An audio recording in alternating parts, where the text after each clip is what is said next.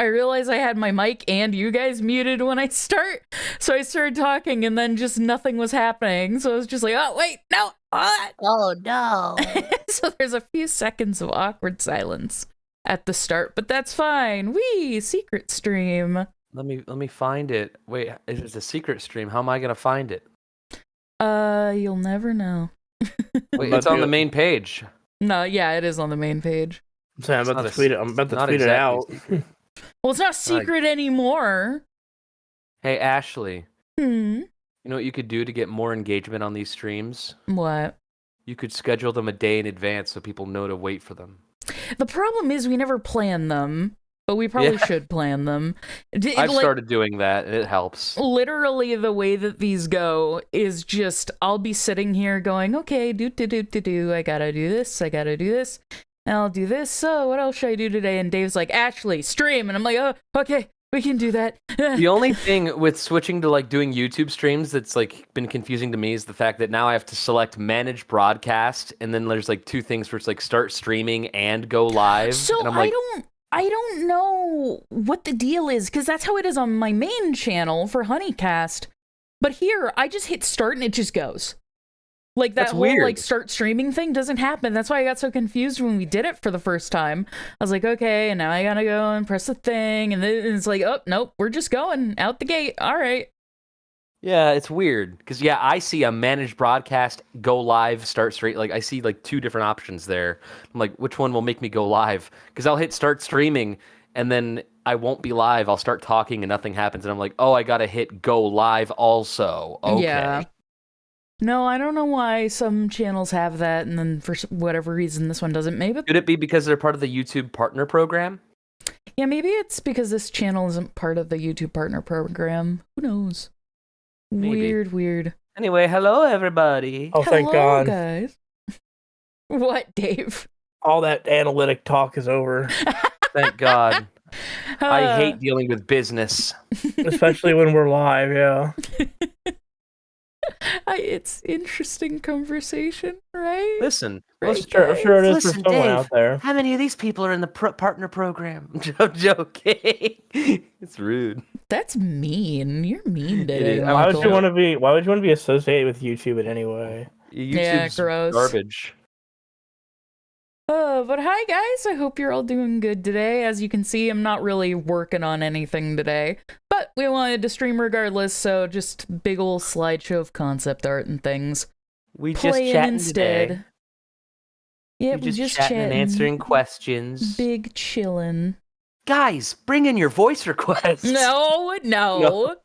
Welcome to Honeycast. Welcome to Not Honeycast. No. Thank you. Yeah, the Lackadaisy short came out today. It was really good. Very proud of that. Cool Chill says, nice art PowerPoint. Thank you. You're welcome. I can't get enough of Victor. Victor's my favorite character in Lackadaisy. I love Victor too. He's my favorite. He's a good boy. I love the line read that Jason does where he's like, Victor, take your bishop. That's so good. He's just so intense. It's so good. I love those two dinguses. Also, massive congratulations to Dave for his first Lackadaisy writing credit. Thank you. Yeah, I everything from Lackadaisy here on out, I'm gonna be a writer on. So all the shorts, episodes, and mini episodes. So, yay! Woo! It's just you, Tracy, and Fable too, right? Just on the that's writing it. team. That's a big fucking honor, dude. Like, yeah, no, I'm still kind of getting used to. I mean, we work great, but like, the flattery of the whole thing, it's really cool. So, well, it's well deserved, man. You've earned it. well, thank you. I appreciate it. Dave hates taking compliments. No, I swear to God, I feel bad. I got a headache like right before we started. Oh no! And now I'm like, oh, but it's okay. I got water. It's fine. Do you have liquid Tylenol still? No, I'll survive. You need to get more. I'll Dave! survive. Oh my god. So Dave has a hard time swallowing pills, so every now and again Oh I'll get him god. liquid Tylenol, but then when he runs out, he never gets more for himself. So he'll get a headache, and he'll just have to sit there and suffer. And Give I me more don't of a headache. I don't want Ashley. you to suffer, even though I'm yelling at you. You So, yeah, Mike isn't helping. I'm making a point, damn it. I have always, since I was a child, have had some stupid thing where I know it's a completely a mental thing, but even like the smallest pills, I will like gag at just the thought of taking. I don't know what it is, but I've dealt with that my whole life. So I'm Dude, telling you, don't man, you don't gotta... want to take the you don't want to take the pills Ashley and I have been taking for no, they're Oh my like horse God. tranquilizers. I started taking supplements now because I'm old and I need the help. And it is literally, let me count how many like pills or supplements I'm taking a day now.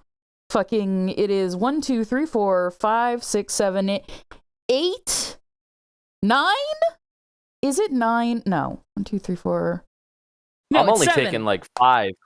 It's fucking 7. And they're all fucking massive horse pills.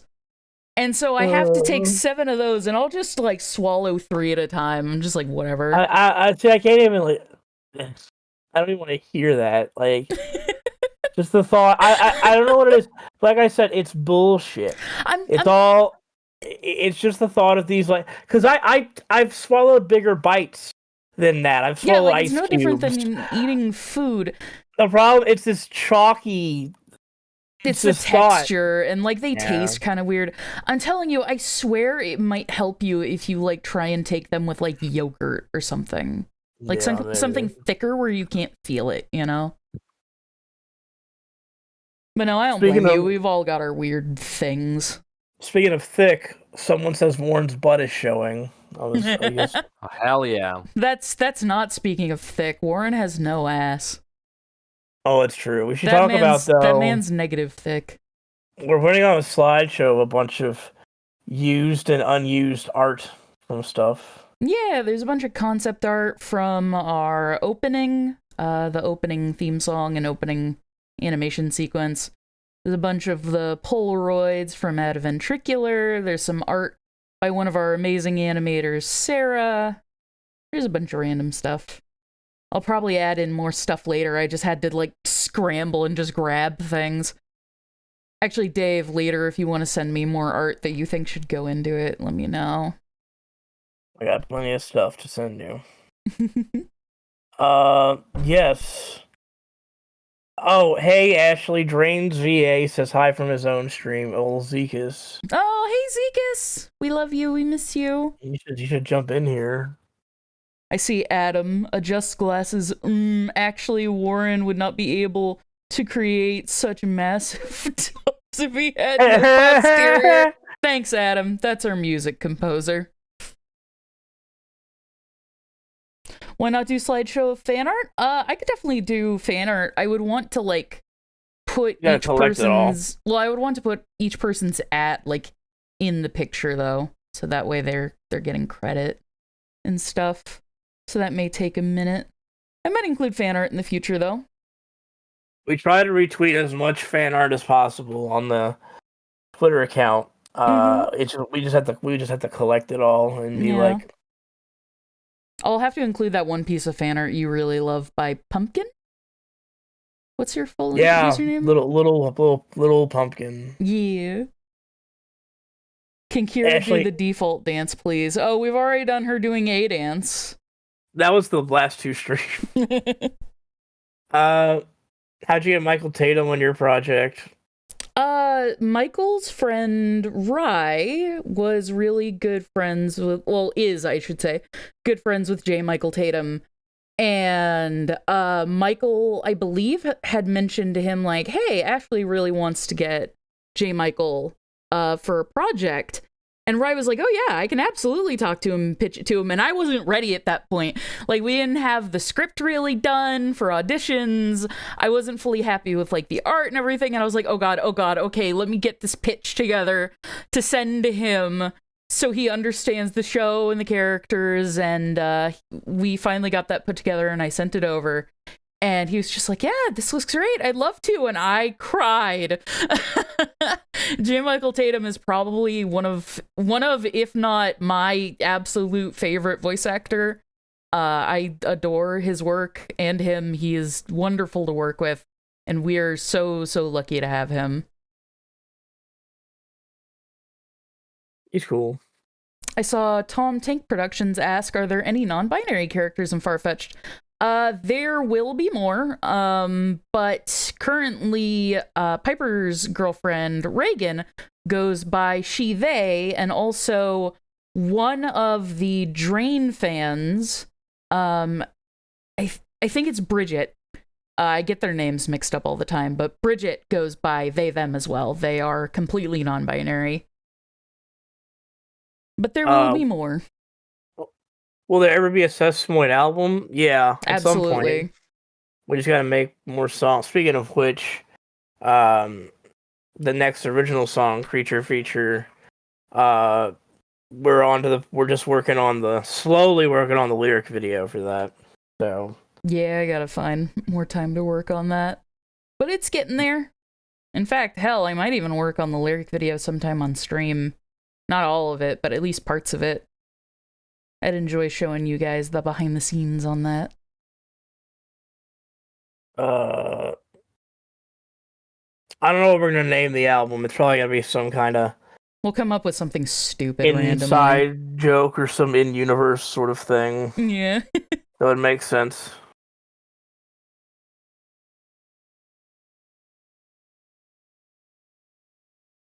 Are any of the characters gay or lesbian? Yeah. Piper's gay. Rue is questioning. Quinn is demisexual, panromantic. Warren's straight. As I said, yeah, Piper's gay. Griff is It's kind of asexual. Was it panromantic or biromantic? I think it's panromantic. It's there's a little bit of everything.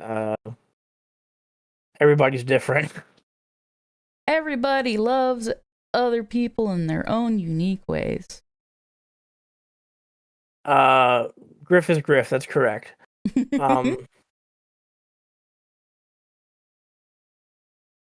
What's the age rating for the pilot show? TV 14, PG 13. Yeah, it's meant for a teen young adult audience. If you can watch something like Gremlins, you'll be fine. Yep.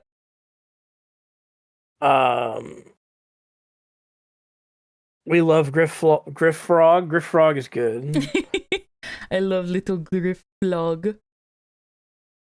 I don't know if people noticed, but the little frog that's on Griff's shoulder is foreshadowing for the giant frog monster that shows up later in the music video. Flippus. We named them. Our big desert frog creature.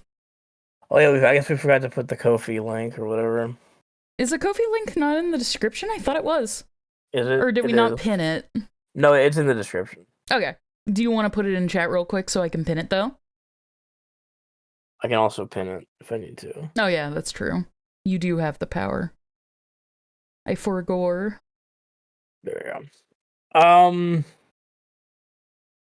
I keep seeing the weird fucked up Papa Swirl popsicle pop up in the slideshow. It reminds me that we need to make the fucking fucked up popsicle keychains or whatever. We do. Also, I just saw a typo that... Dave. What? We have 600 viewers right now. What? Yeah, that's like double last time. Jesus. Hello, everyone. It says like 235. What are you looking at? No, on my like behind the scenes thing, it says 622. Oh my god. None of you have been to do on a Sunday. Maybe mine's all fucked up, but that's nuts. Let's see. Oh god, let's see. When are we gonna get to see Blair? In time, I promise. You will get to see her after the pilot. Actually, if you're looking at the concept art, you get occasional glimpses of. Yeah, there are a couple Blair images in the slideshow. I just realized that. Yeah, actually, you'll get some glimpses of Blair in the pilot too. Like, not.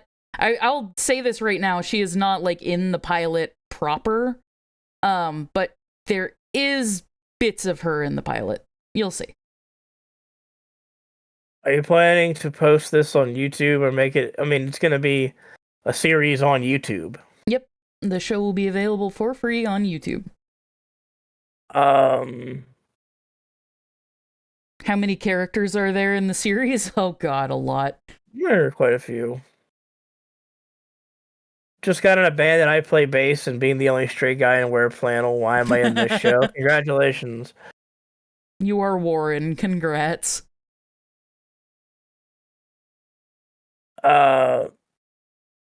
Dave sounds big sleepy. Sorry, I said I got afflicted with the head quake before I started this. And you were the one who wanted to stream too. Yeah. I'm so sorry, Dave. Stop spamming the same question. Anybody who's spamming, you can just time out. Okay. Ashley secretly shoved Michael out the window. I did. He's gone. You'll never hear from him again. This is what Michael does in, like, calls when we're hanging out at night, too. He'll join in and be like, hi, guys, hey, what's up? And, like, be super chatty for about 5 minutes, and then he'll just disappear. Oh, I see Michael. Where'd you go? He's around here. Oh, he went to pee. Okay. But no, he'll do this in, like, Hangouts, too. He'll just join and be super chatty and then just vanish. Hey, I said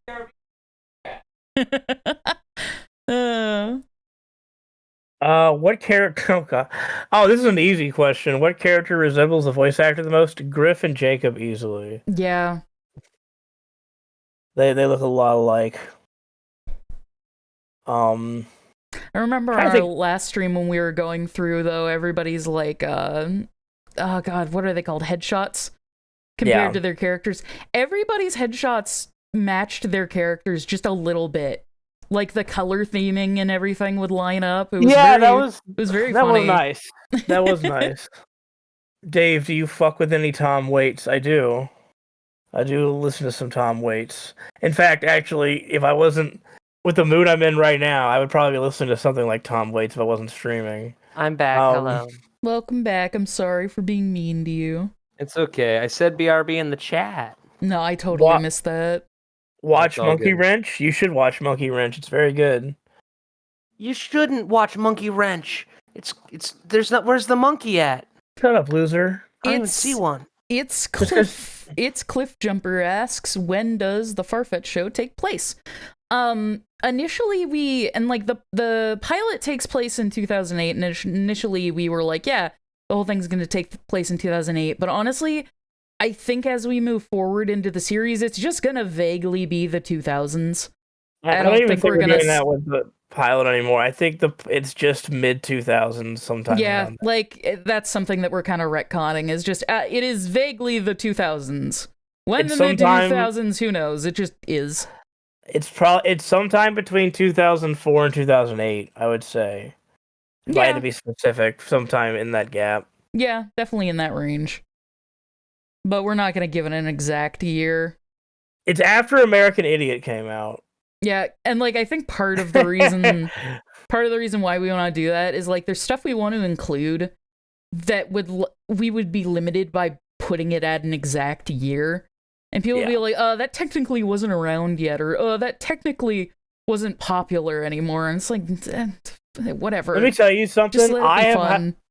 Speaking of being a writer for Lackadaisy, I've had so much experience recently on having to nail a time period, because there are a lot of things we'll come up with and we'll realize, oh crap, it has to be 1920s. So there's things you just can't do, or else, it just ruins it. Yeah.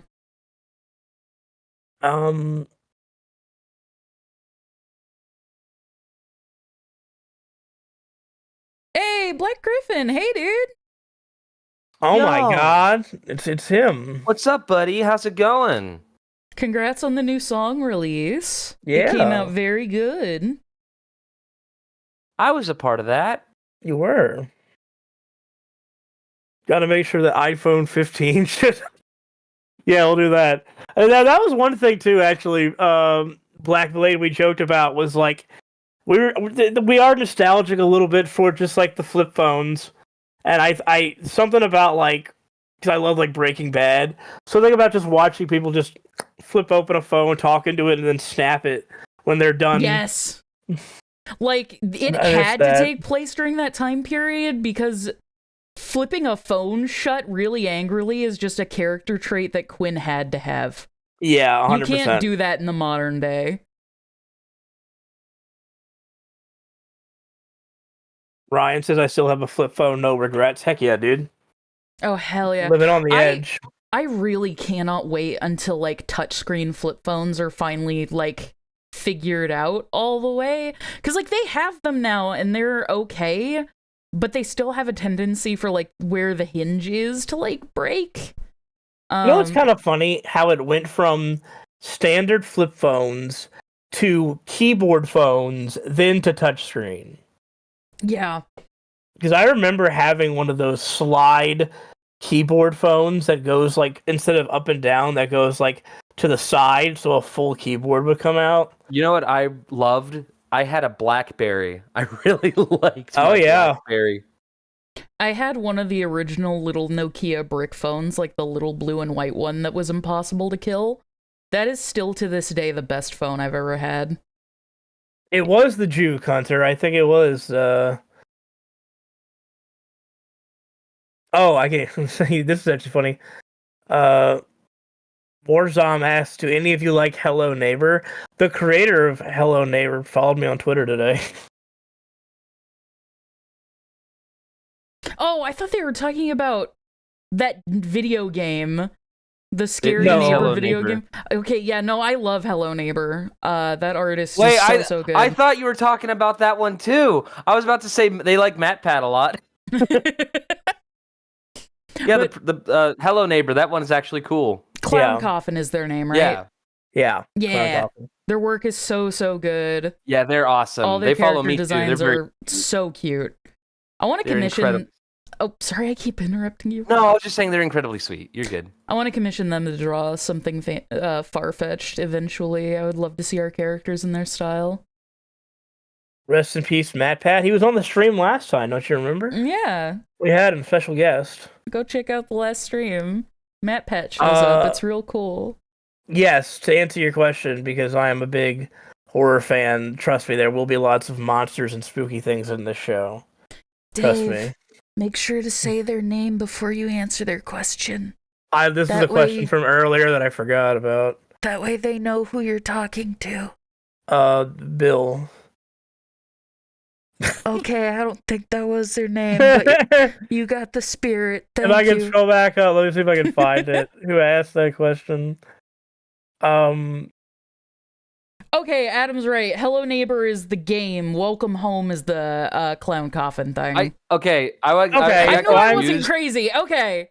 I got confused because also when you said Hello Neighbor, when you said clown thing, I was like, oh, My Friendly Neighborhood, the video game with the Muppets. That is a completely different thing. Stop doing shit about neighborhoods and homes. We already have Mr. Rogers. That's all we need. All right. Ooh, Black Griffin says, Dave, if you like horror, I've got a story for you. Oh, do tell. Are you wanting to tell that story in chat, or do you want Dave to message you?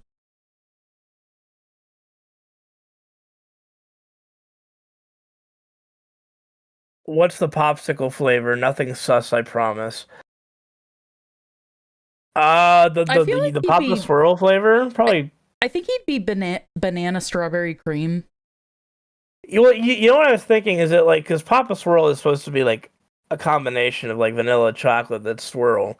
Maybe you could do like a banana split thing where you have like the chocolate and vanilla with like the banana on top. Banana and strawberries and stuff. He'll DM me? Okay. Oh, it's big secret. Okay. Oh, secret. Message us privately about that, Gabe. I want Or to know just me. secrets. No, I want to know.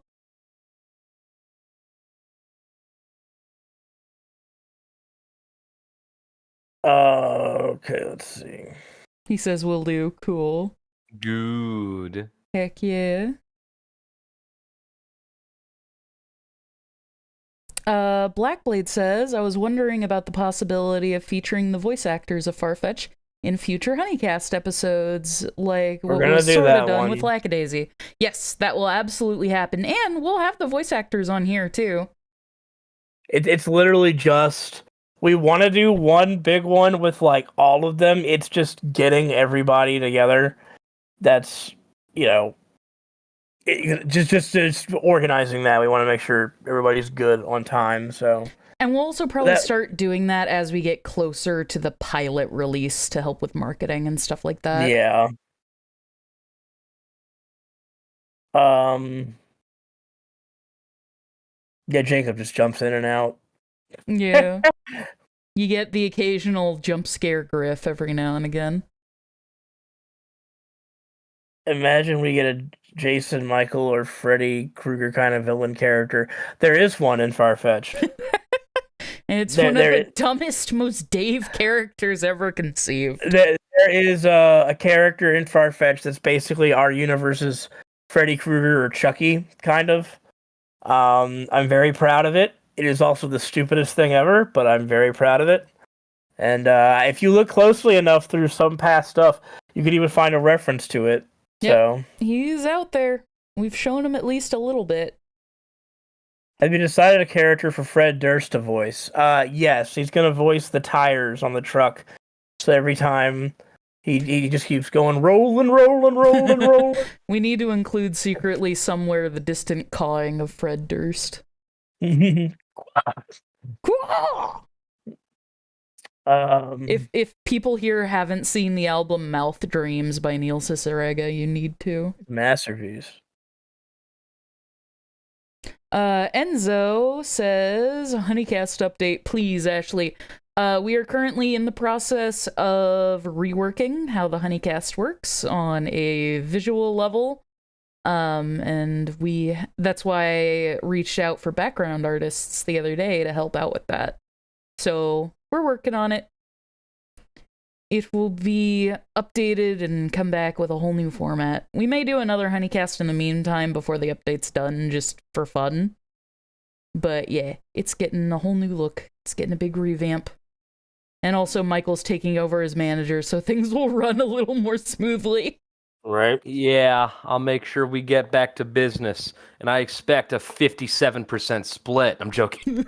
Yes, sir. No, don't worry.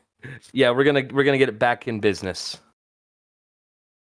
I'm also the proudest of my dumbest ideas. You're not alone, Dave. I know it's the dumbest ideas are the ones people usually cherish the most. If you can get something dumb to work, it's worth being proud of.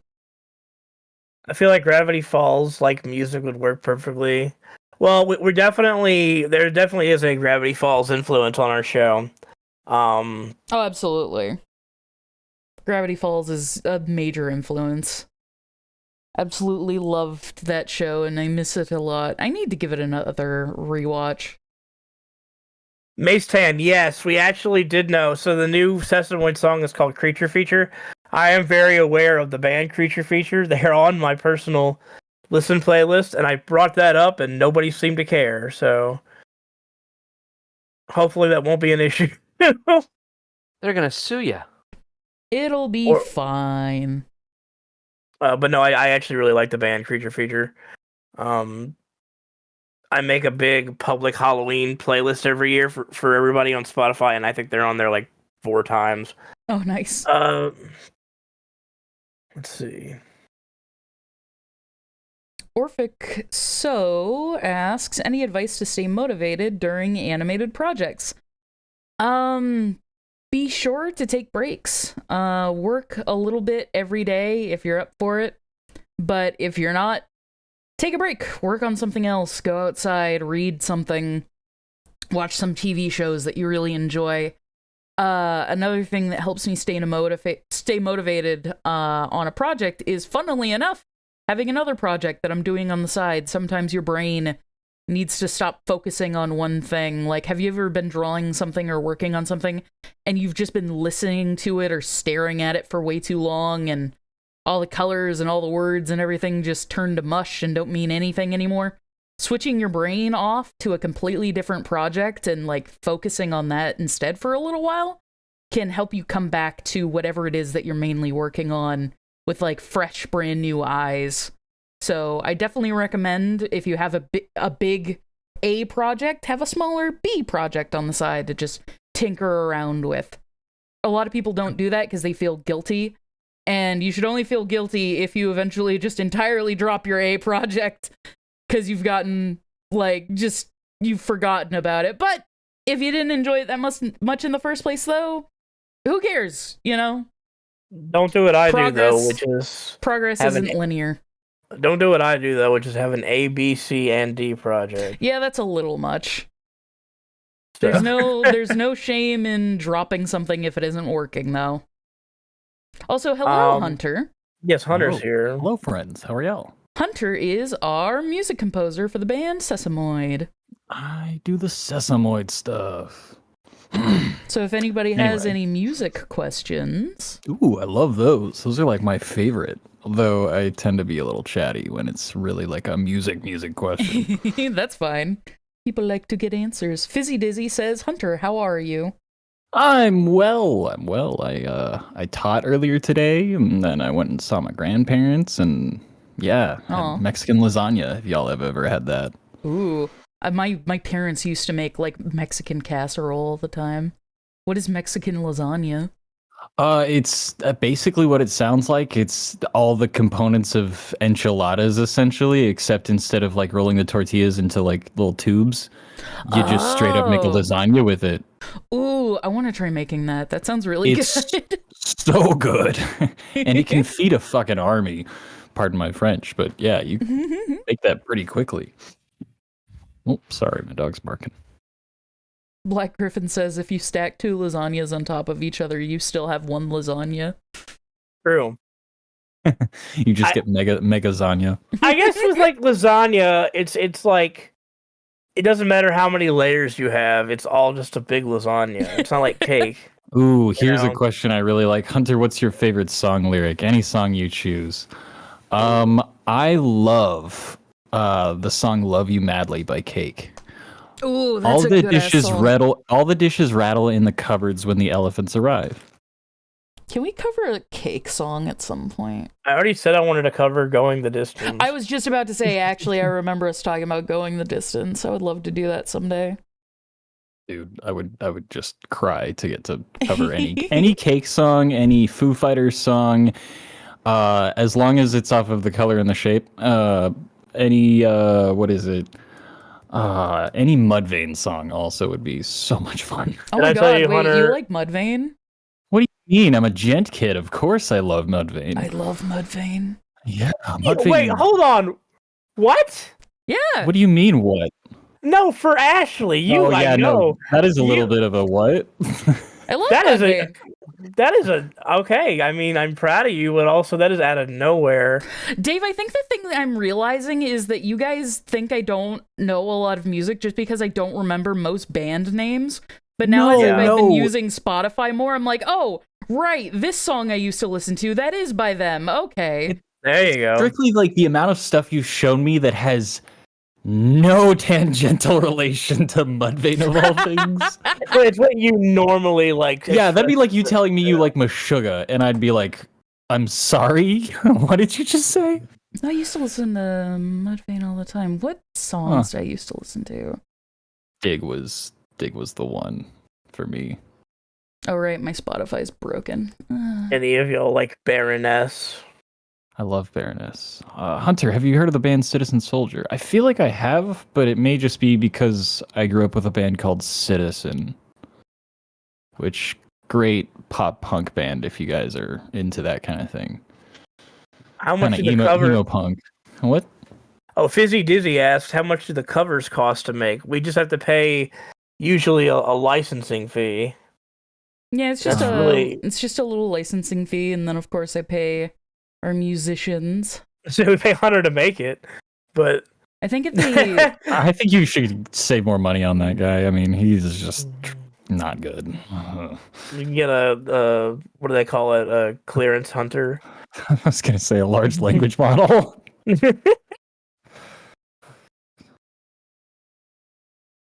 Do you guys know any musicals? I do. Hunter doesn't like musicals. I have a couple caveats to that. Okay. All right. So first of all, I love Sweeney Todd. Fair. Oh, hell yeah. Which I feel Good like pick. that's a bit of a basic, safe opinion to have in the world of musicals. But there is one specific one by Rodgers and Hammerstein called The Music Man that is very good. If you've seen Family Guy, that's where Shapoopy comes from. Yeah. does What's wrong? Okay, sorry. A lot of people are about to ask this. Why don't I like musicals despite being a musician? And it's exactly that. I don't like the type of musicals where people are singing out what is happening and what they're doing and now we're walking and now we're stopping and now we're looking across the street. Like, by the way, that I is don't so- disagree with you on that. I don't disagree with you on that. I think I'm just maybe a little bit more lenient. That's fair. But I do understand what you're talking about, where it's like sometimes when songs are just there and they have like no actual purpose to the story other than to be like, we have to fill the time. It's like, all right. does like the entire town sings about how it's 12 o'clock now. does Repo the Genetic Opera count as a musical? Yeah, well, it's an opera. I was about to say, or is that a rock opera? Opera's Or are kinda those in the the same name. thing? Rock opera and musicals are basically the same thing. I'm not gonna lie. Okay. Because that was except, like, that was the first, I think, like, not animated musical I ever saw. well, okay, Ashley, if you let's say like things like the Black Parade, The Wall, American Idiot, those are all rock operas. Really? Yes, they're Oh. the albums that tell stories through the Oh, song. okay.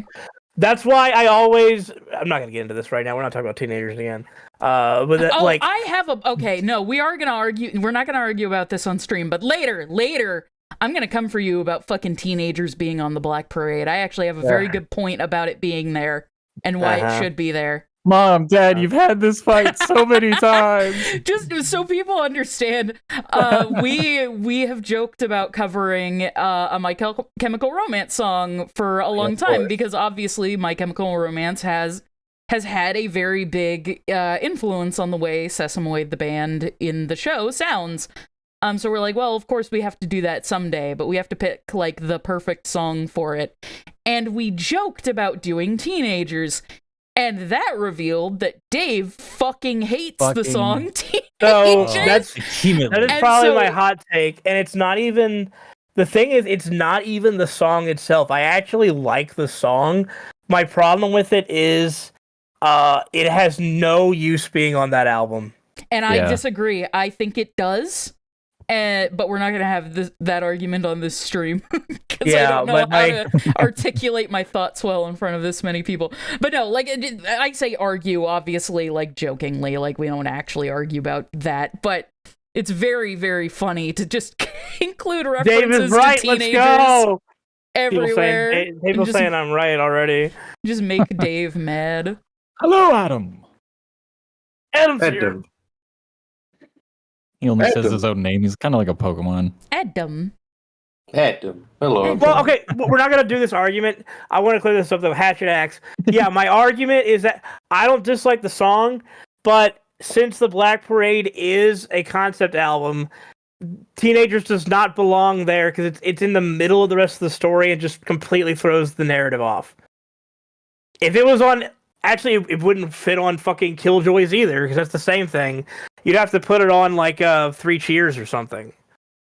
That's my take. Anyway, we're moving on. I'm biting my tongue. Let's talk about a real rock opera. Kilroy was here. Oh God. That's where Kilroy got to Mr. Roboto comes from. Heavy metal poisoning. You know, I've been listening to a fuck ton lately. The Mean Girls musical soundtrack. Doesn't the movie like suck apparently? The movie just came out and I really don't like the movie's interpretation of the songs. No Movie shade, mus- no shade to like the people in the movie. They did their best and they did a good job. But the way it was directed, a lot of the personality feels like it got lost, which is very unfortunate. But the Mean Girls musical fucking rules. Holy shit. I need to see it someday. I've never seen a musical in person before, ever. Yeah, that's the thing, is that like people know me as the big like horror and Halloween nerd. I'm just as big a theater geek as I am a horror geek. That's why I tried to make this show a musical and actually stopped me, and I said, "Okay, can we make it a band then?" And she said, "Okay." Have you so tried much. have you tried to make Fable and Tracy make a musical Lackadaisy episode? I don't yet? want to say anything because I don't want to spoil anything, but yeah, wait on that one. You might be surprised. I knew you would have pitched that. I fucking knew it. Also, I do want to do a one-off. Ashley has said I could, and this is to Hunter's, delight, do a one-off, like, if we actually could make this full show, do like a one episode that's a one-off rock opera. You know what? I'm here for it, and I will support you. Okay. We'll And make it- you'll make money. We'll make it. Look, a it's not about musical that in the for way me. that It's you just won't like I hate. know that would bring joy to your heart, even if it would kill mine. No, I'm kidding. It's music, man. Let's make it. So yes. Oh, have you guys listened to any Team Star Kid musicals? TLM Oh, yeah. Gaming asks. Yes, that was actually one of my first introductions to musicals. Is of course the Harry Potter musical. Somebody brought up Nerdy Prudes Must Die. That's their newest one. I need to see some of their newest stuff. The last one I saw was Star Kid, the like alien one. And that was ages and ages and ages ago, and I haven't seen anything from them since, but I know they're still going, and they're very good. Do you guys want to know an example, actually, to circle back to what you and Hunter were saying? Do you want to know an example when a rock opera does not work as a musical? Please.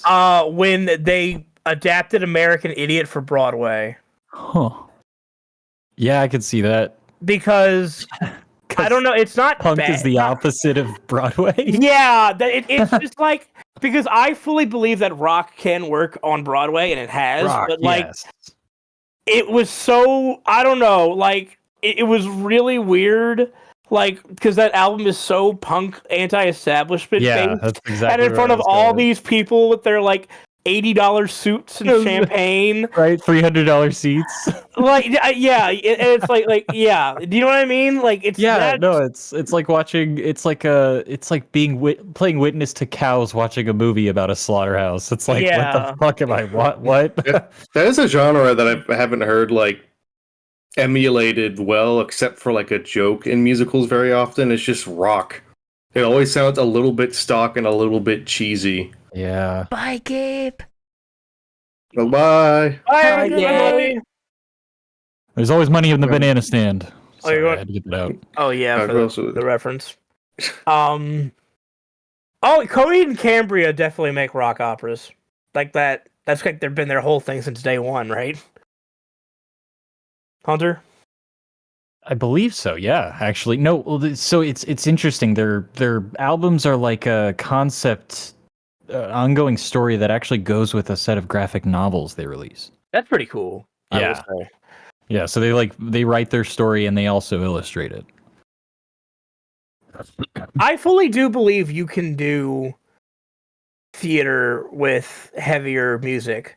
You just have to orchestrate it correctly. The best dude, actually, example. if you oh, want sorry, go ahead. you want a top tier example of that, I actually like. So when I was going to college, I roomed with a couple of guys who were in a band called Native Construct, and the one album that they've ever put out is actually exactly that. It's a prog metal opera.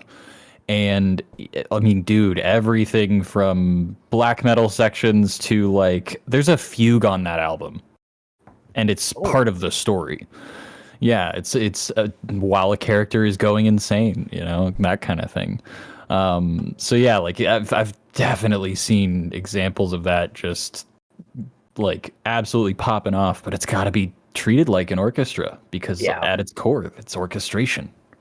The best example recently I can give of it working, which has been my obsession, is if you guys have not played Alan Wake 2, there's a level in it which you have to. There's a whole rock opera by the in-game band Old Gods of Asgard, in which Alan has to fight his way out of his own rock opera, and it's like the best thing ever made. Just go look up and listen to the song "Herald of Darkness." Trust me, it's worth it. Will do. Okay, so let's. I found a question. If you want me to read Yes, it. go ahead. Vagabond Angel says, I want to know more about the villains of Farfetch'd. I love villains so much. Yeah. So, Drain is already out there and released. He is one of our main villains, and he is a vampire EDM musician who just absolutely fucking hates the band Sesamoid, which is the band that all of the main characters of the show are in. Oh, speaking of Drain, there he is on screen right now. And Yep, in particular, he has it out for Quinn. The reasons why he in particular has it out for Quinn, you will learn later, and we may get into that a little bit in our next song that we're releasing, so look forward to that. But yeah, he is basically just a big vampire fuckboy, and just a massive pain in the ass, and always looking to fuck over Sesamoid however he can, especially using his big music industry connections. So that's Drain, and then our main villain is Blair, who we have not revealed yet. There's a few images in this slideshow that show little glimpses of Blair. She will be revealed further after the pilot, and you'll see a little bit of her in the pilot. Not the pilot proper, but in the pilot's release, you'll see a bit of her. And what can we say about her? She is the head of a medical company. She's a bit of a scientist. She is the woman that the song "Short Skirt Long Jacket" was written about. Our entire cup holder armrest. Our entire man. team is fucking in love with her. She's touring the facility. Well, let me just say, her name isn't Blair. Her name is Dr. Blair Preskin. Dr. Blair. It's very. You gotta give her her full title. I was so ready for Dave to say Dr. Blairenstein or something stupid. I could have done that. Blairenstein's monster. But yeah, she plays a very big role in the series. She is where the science meets the supernatural element comes in. And you will see her more as we go. She is voiced by the lovely Lauren Latta. So she has a gorgeous voice. Lauren Landa? Lauren Landa. Sorry, I mispronounced it. I love you, Lauren. Miss you. But yeah, Lauren Landa. Lotta. I miss you a lotta. And then we have more villains, but I don't think we can get into them. If you're one of our patrons who's specifically part of the Discord Patreon tier and get to join in our Discord calls, you know of a few more. We've mentioned a few more. Not in supreme detail, but we've given a little bit of insight. Some of them are goofier, like Drain, and some of them are more intimidating, like Blair. We have a spectrum of villains. Yeah, I like that. I like that. I like that there's non-threatening evil, but also like because it gives like weight to the evil. You know what I mean? Yes, that's the idea. Let's see. Enrique says Dr. Blairenstein's Bears. Okay, is it Blairenstein or Blairenstein? No, we are not. No, we are not doing this. I already know I'm from a parallel reality. I don't need you reminding me every day, Ashley.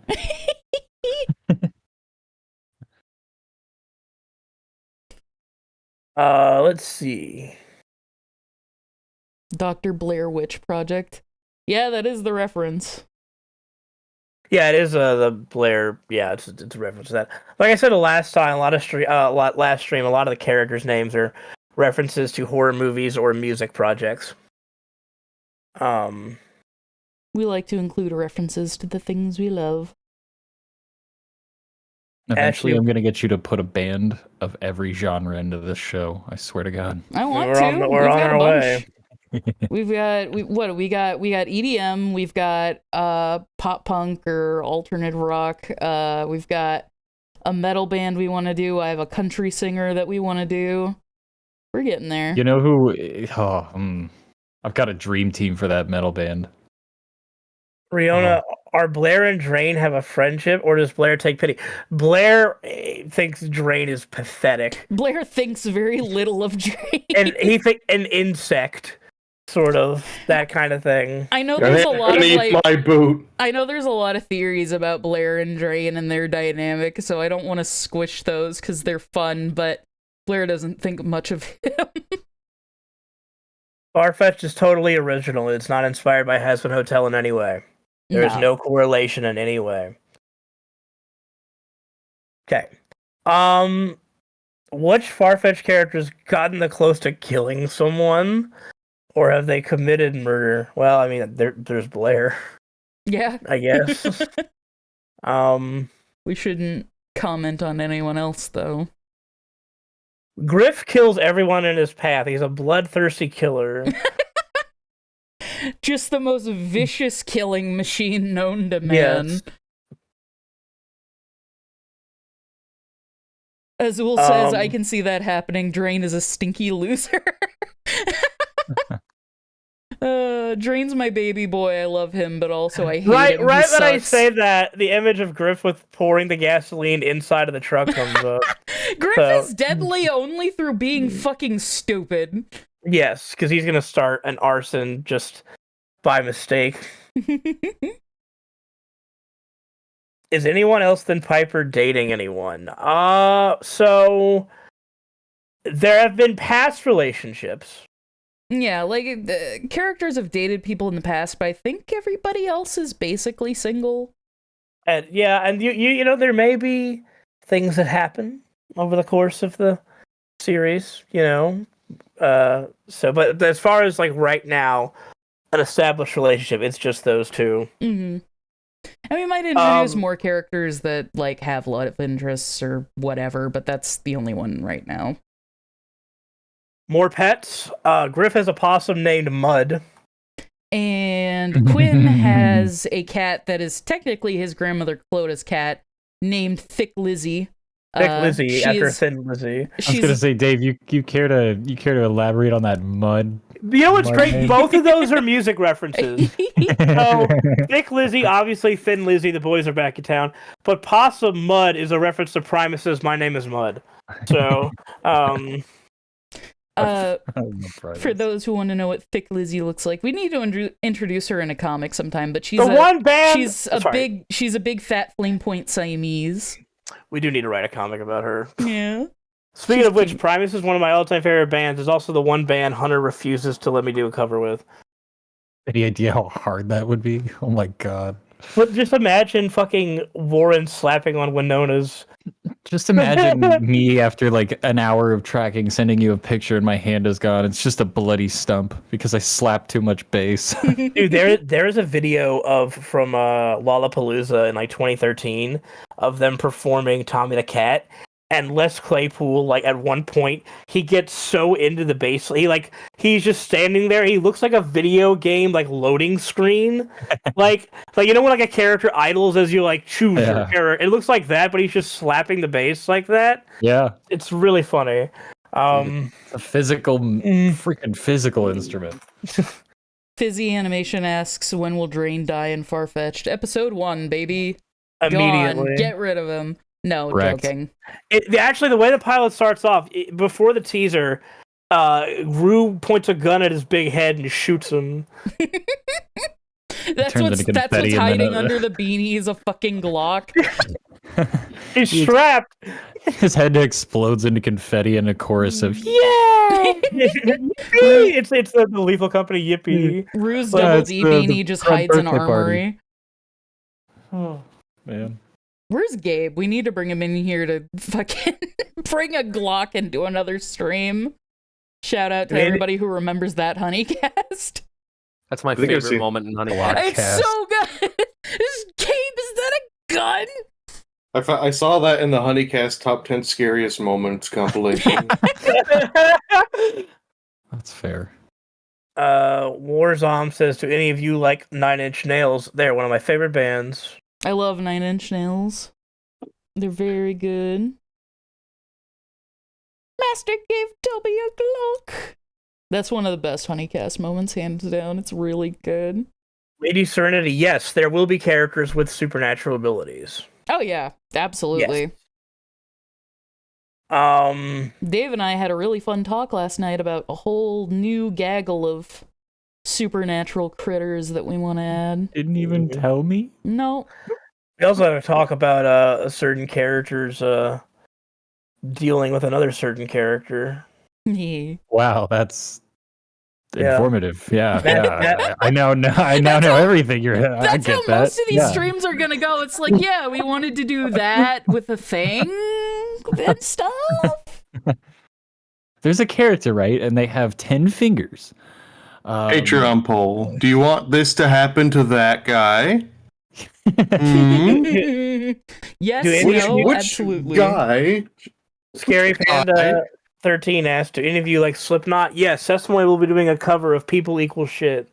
And it's about how Dave feels towards all of us right now. Yeah. No, that's just the end goal of all I people. would actually really love to do psychosocial. I don't know if I can like can we put Jacob through trying to replicate Corey Taylor's vocals? I could help him. Before I forget, might be easier. Ooh, before I forget, yeah. Or dude, let's do Wait and Bleed. We have way too many ideas for covers. When I was in like high school, it was like all Disturbed, Slipknot, Foo Fighters. Yeah. Let's get a Gramstein cover. 3 Days Grace. Oh hell yeah! I love Ramstein. They could sing. You got the pussy, I got the dick. Yes, the most fitting Farfetch song. The most overtly sexual, pornographic song for Griff to sing. What's the one that it's like, come back to the trees and lay in the grass? You know what I'm talking about? It just sounds like a bear chilling. All right, boys, we got some coffee donations that I should read Oh. out. Ooh. If you would like to donate and help support the show, down in the description below, there are some links for Ko-fi and Patreon and all that. And also, I believe in the chat, Dave pinned the Ko-fi link as well. So I did. Every dollar helps immensely. Thank you so much for your donations. First up, we've got Fizzy Dizzy, who says, "Hey Ashley, good to see you streaming again. Congrats on Dave for the Lackadaisy short." Thank you. And says, "P.S. Don't give any of my Canadian money to Ed. Don't you worry. I will He will make not. sure we don't." You will not get any of your Canuck bucks. Platinum Acorn says, keep it awesome, y'all. Thank you." And then Does Daniel. that mean that? Sorry. Oh, no, you can say something. Go. I was wondering if that meant that Canadian coins are technically called knickels. That's my Sorry. Canadian name. If actually we're Canadian, I was about to say that. Ashley Knickles. My favorite Canadian character pirate. from Flapjack. Yeah. Next up, we've got Daniel, who says, "Hope you guys are doing well tonight. I'm looking forward to bothering Ashley and Michael in Birmingham next month." Oh, nice. See you there. And then Would love Mystica says, "Hey, glad to catch a stream. Hope y'all are doing great and keep up the amazing work. Thank you." And then last one is just Haley, who says, "Less than 3, heart emoji." Thank you, everybody, for the lovely donations. We appreciate it. ... Parentheses. It's a smile, right? Yeah, that works. Rafflecopter. Enzo asks, "Is Ed in Farfetched?" And he is. He was actually... He was in our teaser that we released. He is Boris. We Boris the credited monster. we credited him, I believe. Ooh, 9 Inch Nails Closer cover. Yes, please. Do you want Ooh, to hear yes. Griff singing about that? I mean, I would probably actually kids pop the lyrics into something more character fitting, quite honestly. Just straight up. Like, it'd be an opportunity to do something fun, you know? But yeah, no, I wanna you're right. fudge you like an animal. I want to hug you like an animal. Yeah, make you yeah, forget. seriously. I remember singing that song, Dave. You did. So serious. That would be great for Griff. The Turn it into the meatball. most wholesome song. The Meatbone asks, "Will there be the Thing type monster? That will be cool." There actually is. Is it fair to say that like Kira is kind of like John Carpenter's The Thing a bit? Yeah, I think Ashley? Oh, so. I got distracted, Dave. There's an update on Shadow 1, and I want to watch it so bad, but I can't because we're on stream. Ah! Well, hold on. Horn. Fucking, for those who don't know, the first shot in our pilot is a really big, beautifully animated, long one-shot of Quinn doing a monologue and then arguing with Lauren and all that.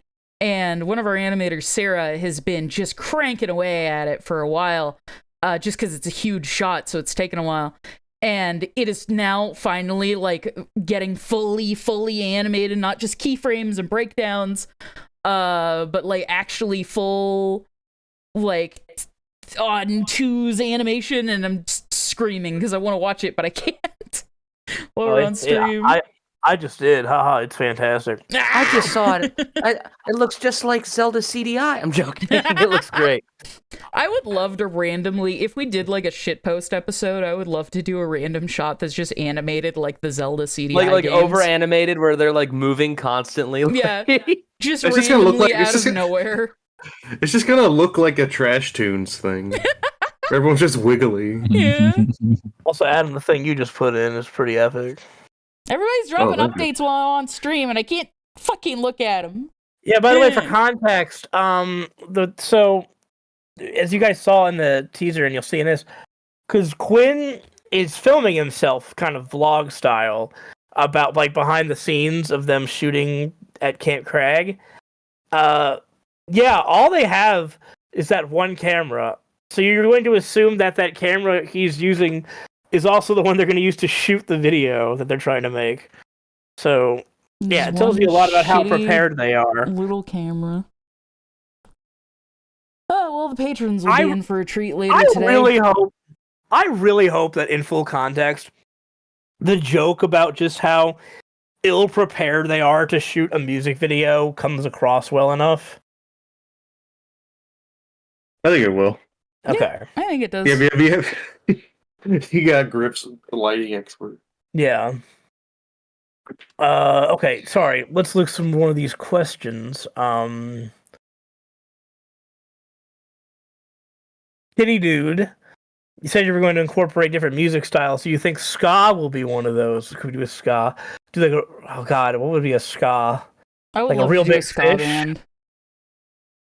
Can there be like a real big fish in the water, Please. and we do like a ska number to it? We got a real big fish at some point. Yeah, but when they No. actually go to pull it out of the water, it's just a full-size birthday cake with candles, like lit candles on top of it. I dare you to break my heart. Come on and give it your best shot. Next up, we've got a couple more coffee donations. Thank you so much, guys. Chase God. says, I like you and your colleagues' work. Hopefully this helps. It absolutely does. Thank you, thank you. And then Zion the Wolfchild says, hi there to everyone. Never interacted with these kinds of streams before, but can't wait to see what's in store. Also, a bit off topic, but Michael, you made my one friend's day when you liked their fan art. Aw, that's awesome. Aw, well, they're very welcome. I'm glad that I made their day. You did it. And I thank did you. it. Their day. Thank you for the donation. It's Phil. made. It's so- Oh, we weren't doing Dora? Okay. I used to Okay. love that little band that would come out and play.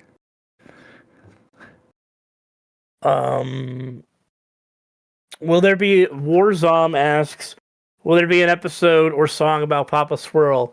There is an episode idea, yes, specifically I feel about like- Papa Swirl. That song's gonna if we do like dedicate an original to Papa Swirl, that's gonna be the Primus feeling song. That would make sense, Like, honestly. yeah. It would have to feel like Primus and All My Poor Fingers, but here we go, you know. It would have to be called like Melt Everyone or like something weird. Yeah, Sounds no, like a really good song. there is an episode in the series centered around the Papa Swirl truck as a plot point. I'll just say there's a reason we don't call the Papa Swirl truck just a truck. We call him a character. Yeah, there's a reason for that. Yeah.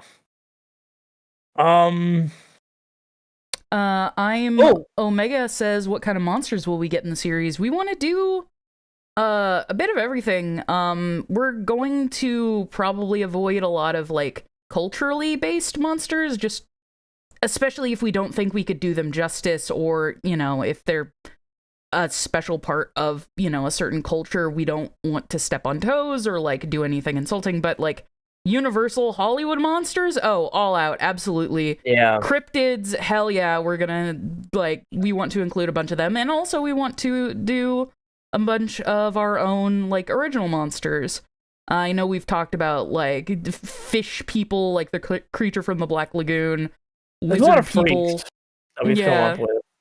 We've got our giant frog monster Flippus from Adventricular, werewolves, vampires, fucking a bit of everything, especially classic horror monsters. There's even some kaiju. Jade asks, what grade were Quinn and Rue in when they met? I think they were in like 4th grade. Oh god, I don't know what age kids are at certain grades, but I think they were around like 10. So is that like 4th or 5th grade? Is that? I don't remember my own childhood. I don't remember either. So I'll just give the grade. It's like 4th or 5th grade when they met, tentatively. Well, there you go. That could change. Disclaimer, that may change, but that's the tentative plan.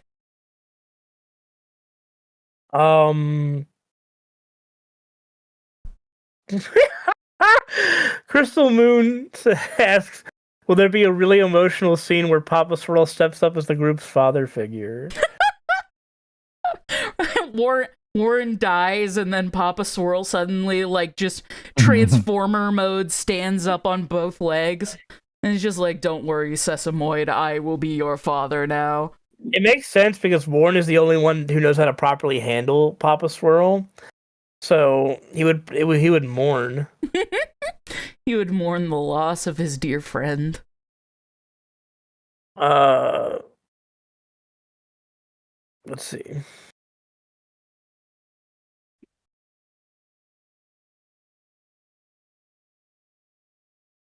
I'm back. Good. Welcome back. The broken chair. Oh no, our chair! It's broken!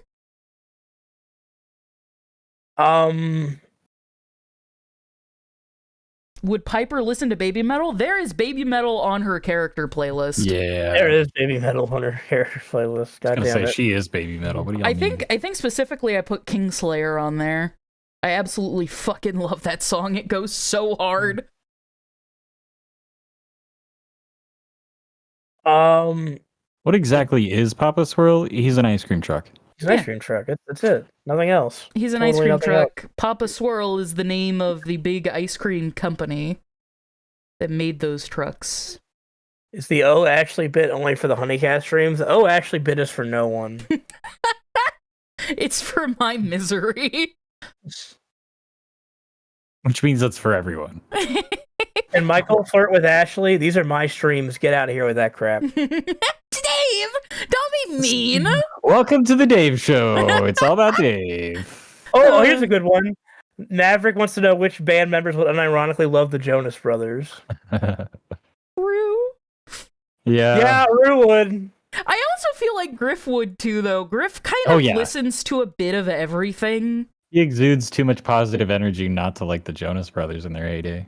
Like, Griff strikes me as somebody who just, like, you know, people like say, oh, I listen to a bit of everything, or oh, I like all music. No, Griff literally listens to everything. Yeah. Like, I feel like he just can find things to like about literally every genre. He enjoys the sensation of sound landing on his eardrums. That's what he listens for. He loves harsh noise. Somebody screaming into a microphone while beating a trash can half naked, that's his shit. He's like, hey guys, I have trouble sleeping without a little white noise. I hope you guys don't mind. And he turns it on and it's just trash cans banging together. It's just dial-up noises put through an amplifier. Griff listens to Aphex Twin. Yeah. Yeah. Griff is Aphex Twin. Oh my god! Revealed! Finally. After all these years. Maybe can Griff canonically be Banksy? Sure. Like he just appears around the world. That's who he is when he sleepwalks. Is 8 hours of standing bad for your legs? Yes. Yeah, I mean, Big it's... breaks. Yeah, you should do like 2-hour intervals. You're actually Well, not they allowed might to do that by state law if you're an employer. I I mean, was if about you're to say working, I used to do that a lot. When I worked in the meat market, I would have to do that. Okay, can later. I just say, and like unpopular opinion, I'm sure, but it is such fucking bullshit that they make checkers at the grocery store stand all day. There's no That's fucking fucking reason dumb. they need to be standing. It is None. kind of dumb. It is kind of dumb. I don't feel disrespected by someone else's comfort, and I find people who are weird. Yeah, exactly. Like, I swear to God, if there's ever a revolution of, like, arguing that, like, workers should be allowed to have chairs, I'll be at the front lines. Swinging a chair. Yes! Yeah. We should The all start unfortunate- throwing chairs through grocery store windows. That would, The unfortunate, like, Notes like, attached to it. It's all you needed this. I say this as a Catch- joke. Do it in Minecraft. Not real. Don't sue me. cashier sitting down, I totally am for. Unfortunately, it was a thing like when I worked in the market, it was like you can't really sit down to like cut meat on saws and wrap yeah, things. no, And there's- Yeah, I mean, There's certain jobs you can't do that with. You like just can't. if you're, yeah, like we're like even like when I back when I worked at UPS, you have to be in and like back and forth, like all right, like just take someone's order for like their shipment and then run back and like pack it right away. So you can't really like sit necessarily. yeah, we I don't know about you. I mean, Adam, you were UPS, so you we had to unload trucks 3 times a week full of like 90 to 120 pound meat boxes. Yeah. Oh yeah, we'd have a guy come at the end of the day and just everything that came into the store that day just gets loaded. All right, guys, Yeah, I think good we're- news. Insect Dude with the breaking news. Actually, California did pass a law requiring stores to supply cashiers with chairs to rest on Hey. while not actively working. Hey! Fuck yeah, progress. Let them do it now. Let them do it while they're working. Yes! Fucking God. Yeah, the other revolution. I hate capitalism revolution- anyway. Donate to Farch. The other revolution I want to happen is, hey, if a warehouse worker gets all their assigned tasks done, pay them the day rate, and then let them go home. Hell yeah. Oh, that's kind of what, no joke, my boss at the market let me do. Because if you were working the morning, if you were working closing shift, obviously you had to stay till close. But if you were working the morning shift, like I would work like 6 to 2. If it was like 1 o'clock and the guy who was closing is here and there was like nobody in the store, he'd be like, yeah, you can go. Yeah, well, that's the So- thing. It's like, yeah, it's a matter of like, okay, let's say you get $25 an hour and you're scheduled for 6 hours. You do all your work in 3. Some people say, Yeah. well, then you should only get paid $75. No, you've already spent the 6 hours worth of pay for them. Give them all of it. Otherwise, why would they work faster? Right. No, yeah. Incentivize better incentivize and let them go back home and have a life. You guys see, I don't know the full context of it, but do you guys see what's happening in France right now? There's Know like what's happening in there's some France. protests or riots happening with farmers currently. I think it has something to do with McDonald's. I'm not quite sure. But basically, something passed that's fucking over a lot of farmers. So what farmers are doing in France is taking all of their hay and manure and just tossing it all over the front houses of politicians, all inside McDonald's, like just anywhere where people have wronged them, they're just fucking it up. Like they're like spraying like fucking mud and shit all over people's houses and stuff, like the politicians' houses specifically, I think. And I'm like, man, they got it right in France. Damn, that's a double thing because you already have the strike for Palestine. You're not supposed to be doing McDonald's, and then you get people throwing manure into their fucking the hallway.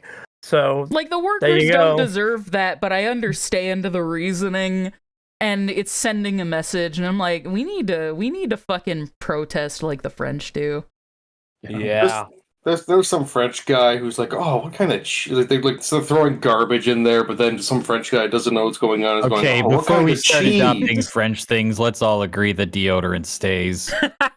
I was about to say, like, a bunch of garbage is thrown into McDonald's, but then all they're thinking is, oh, they added a new cheese to the burger. Also, before we get What too does that deep say? into Making fun of the French. Revolution.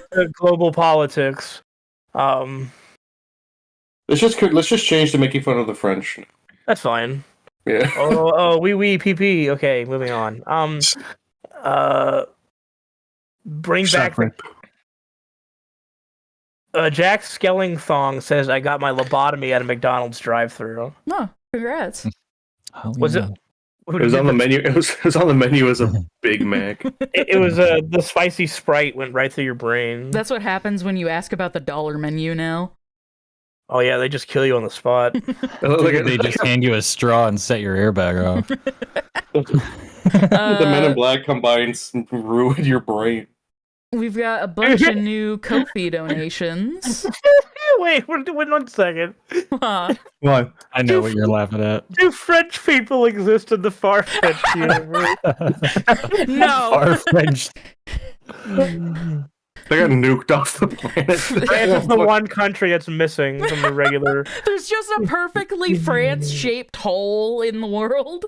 Like somebody draw the freaking like world map and just missing France. The Earth got a lobotomy itself. It was through France. Everything before the 70s is normal, but then at some point in the 70s, everyone's like, the Cold War ended early. This is incredible, and no one died. And then and then we're like, wasn't there a country right next to us? Like the French got a hold of the Demon Core, and it just fucking blipped France out of existence. Oh no! Hey, we sacrificed the French to Russia. Veronica says far Frenched.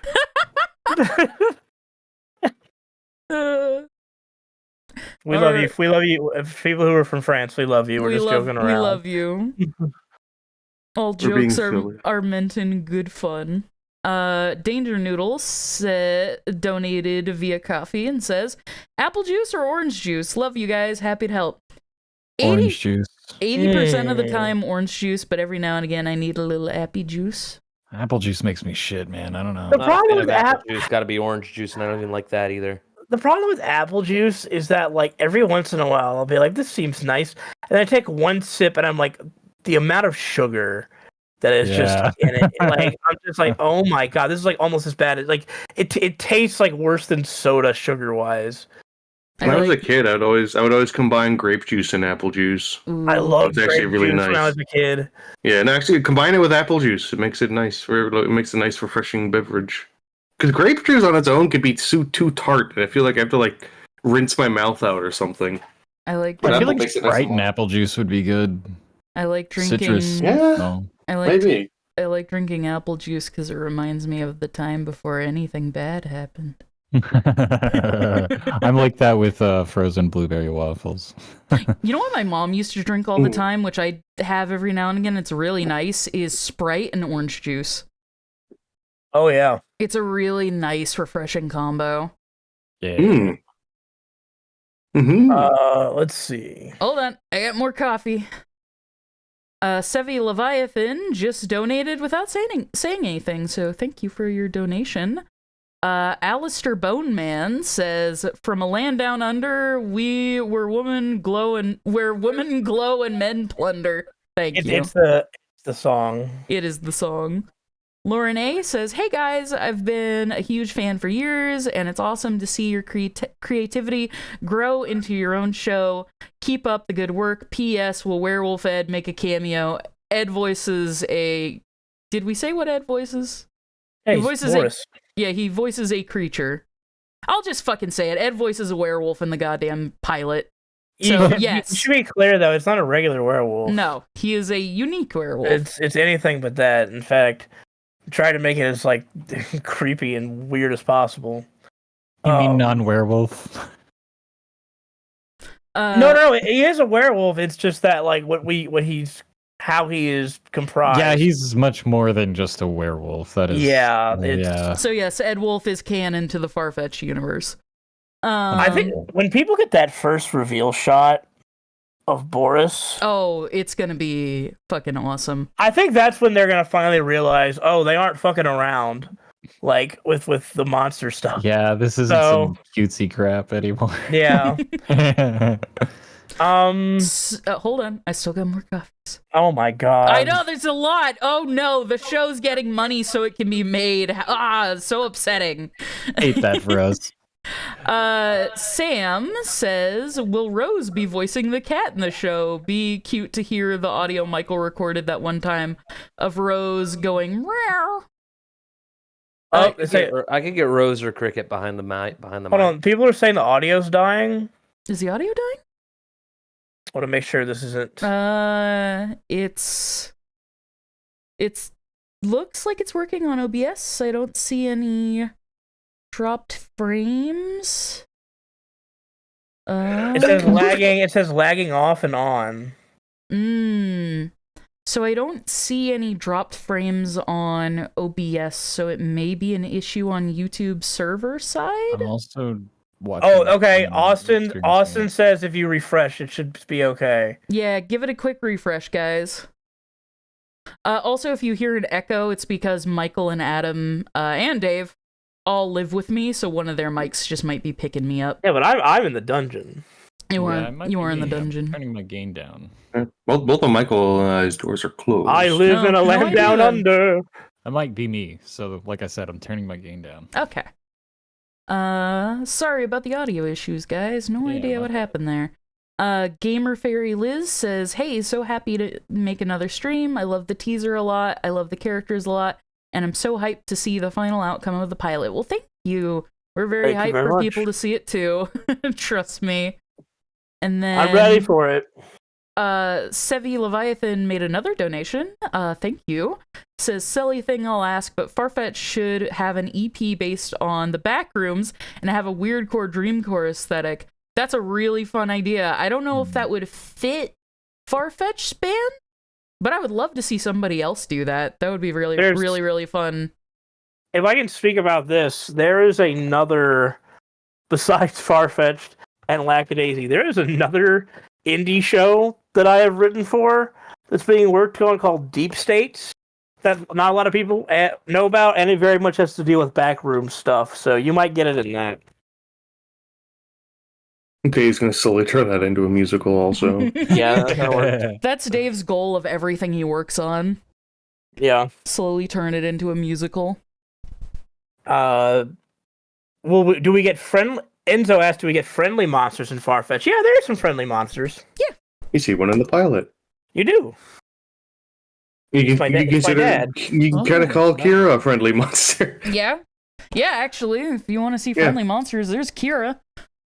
She's less than friendly at times, but on the whole, fairly friendly. It's not her fault. It isn't her fault. Hint. Fizzy Dizzy asked, does Jacob McCall still write for Farfetch? He's writing on the comics right now. Yeah, he writes comics, and we also want him to help out writing some episodes too. Yes. He has helped us a lot with figuring stuff out for episode 1. Yeah. So, like, as we've been working on the show, back when Jacob McCall lived with us, he really was like the tiebreaker most of the time when Dave and I just could not figure something out, and we really just could not figure out which way to go. You're like, Jacob, help. I witnessed it multiple times where he just like, oh, well, why don't you just do this? And you both would look at each other. Bruh. Just do that. Why didn't we think of it? What the fuck? Now in the house, that falls on Michael, usually. And Adam. Yeah. And Adam. I'm here to reinterpret both of what you psychos say to each other. Say it in English. Fizzy Animation. They say I would kill for Jonah to sing for Warren Bros. A hidden talent. So interestingly enough, on our Terror Time cover during the all the creatures part, that's Jonah. Yeah, as Warren singing that part. So yeah, Jonah can sing. And we are aware. have future songs that we're planning that we want Jonah to sing on as well. So hopefully you'll hear more of them.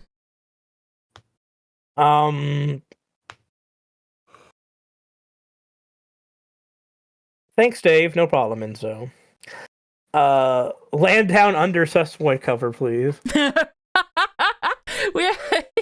If we do that, we have to have Yale do the art for it. Oh my god, yes. Yale's our resident Australian background artist. Yes, he is a full-blown Aussie, too. He's our Aussie boy. We love him. Chimera Archives asks if every one of Sesame was a slushy flavor, what would they be? Okay, I think we can actually figure this one out because it's based primarily on like flavor and color. So we're talking about like 7-Eleven slushies, right? Yeah. Like I don't know what the 7-Eleven slushy flavors are, but off the top of my head, Rue is strawberry lemonade. Quinn is bitter cherry. They do have that. What about blue raspberry? Just looks like Quinn's hair. He doesn't get to be blue raspberry. Blue raspberry is not a real thing that exists in nature, by the way. Yet he hasn't fucking earned being blue raspberry. Can we talk about that? How blue raspberry is not a real thing that exists in nature, yet we just adopted it. Blue raspberry is my favorite fucking flavor of like anything. Period. But it doesn't exist. Yeah, there is no such thing as a blue raspberry. But it's like sometimes the delicious. best things come from our imagination, Dave. Yeah. You work in media, Dave. You should understand this. Listen, no, I agree, guys. It is delicious. I don't disagree. I'm just saying it's something we made up. Like, I know. I'm just saying. You're like a person complaining that fish is too fishy right now, though. yeah, that's fair. Kira would be grape. What would Piper be? She'd be any limited edition flavor, lime. like the crazy Halloween ones and stuff. Yeah, that's accurate. Ooh, she doesn't tie herself down. What's your favorite one? Like, I don't know. I just like trying whatever new one they have. She mixes them all together into a single. No, that's No, Hunter's I was right. about to She puts coffee and ketchup and mustard in there. No, Griff is when you take the cup and just put a spritz of every fucking fountain dispenser there is in the store. Every soda, every slushy flavor, ketchup, mustard, relish, just everything. Oh my god. And Warren is Coca-Cola. Drain likes black cherry. Yeah. Or oh god, no, you know what Drain does? Drain drinks those the Mountain Dew slushies. Yeah. I was gonna say Warren could also be a black cherry guy. Yeah. Don't they make like Monster and Red Bull slushies? That also would fit Drain. They do. That sounds like a nightmare. That sounds like a heart attack. Imagine like a Four Loko slushie. Dude, you College die. B would have never survived. Which character likes watching perfectly cut Scream videos? Dave Capdeville. Me. No, but oh god, who would fit that? You know who I feel like would have a soft spot for YouTube poops? Warren. Yeah. That'd be the weirdest twist if like Quinn came in and he's just watching him. Rah! What you doing, Mr. Volcano? Hello, Tyrannosaurus Alan. I'm shitting my ass. And it's Warren would just be losing it because he's like, doesn't make any sense. like he's just impressed by the sentence mixing. He's like, how'd they edit that? I didn't know he said that in the commercial. Just boomer mode. He just thinks it's real. He's watching GTA 5 footage thinking it's the news. Thinking of real car crashes. He's like, oh no, they gotta get that guy. Have you guys seen the TikToks of that person showing their grandmother like they're on like GTA footage like it's the actual news, and the aunt's Very just like funny. her jaw is just agape and she's just like, what? How'd that happen? What? Like just so There's just like worried. There's people doing flips and crashing into cop cars. It's just like, oh my goodness. It's so good. I'm Dr. Rabbit. I'm going to die. Oh, we've got more coffee donations. Gosh, we've gotten a lot of them this stream. That's awesome. I love coffee. Tyler Parks says, "Hey everyone, glad to see another live stream from you goobers. Quick question, individually, what are the band members' main music genre? Thank you and have a good one." You're asking like specifically Sesamoid or as a collective or I think like Individually, I think. yeah, each character like what music genre I guess suits them the best. Rue would be Ye- like indie lo-fi, I think. Warren would be butt rock, like Yeah. that dad rock from Dad like rock, the butt early rock. 2000s. Yeah. yacht rock. Yeah. Piper Would you like- is J-pop and baby metal.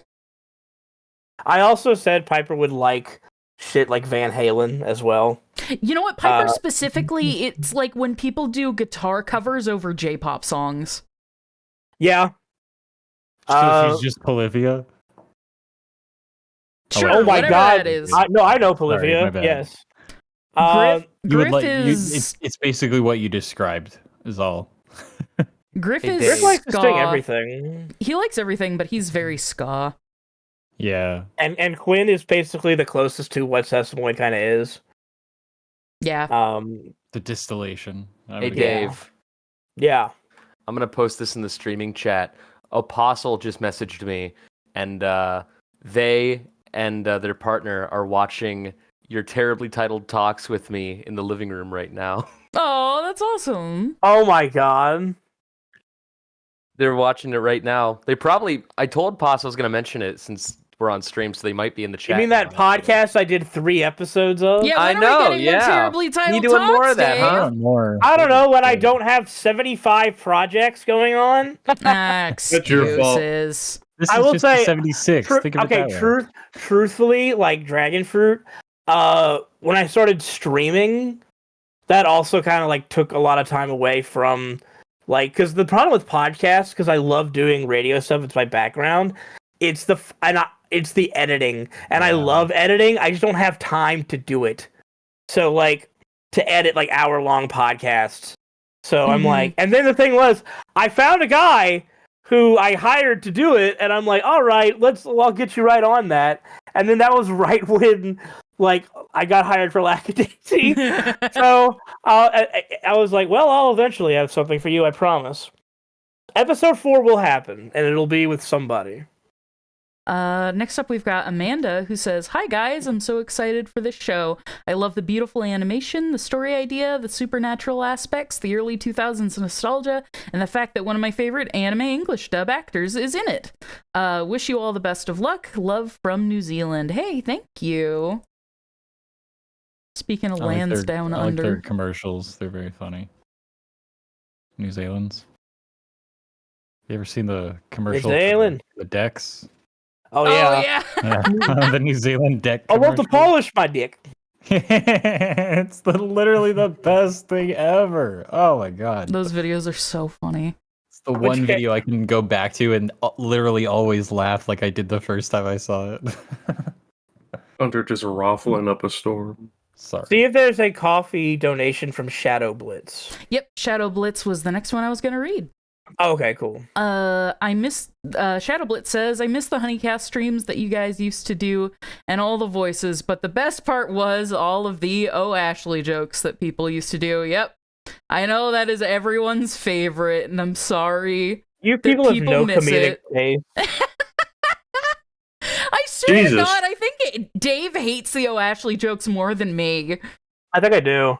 Like, I just think they're funny and just like, yeah, this type of thing. I genuinely think it's like the writer comedian in me that just looks at that like it's like I don't know, like it's a catchphrase, Dave. I joined the circle catchphrase. right at the end of the like Honeycast era, so I never kind of like experienced the height of the O Ashley wave.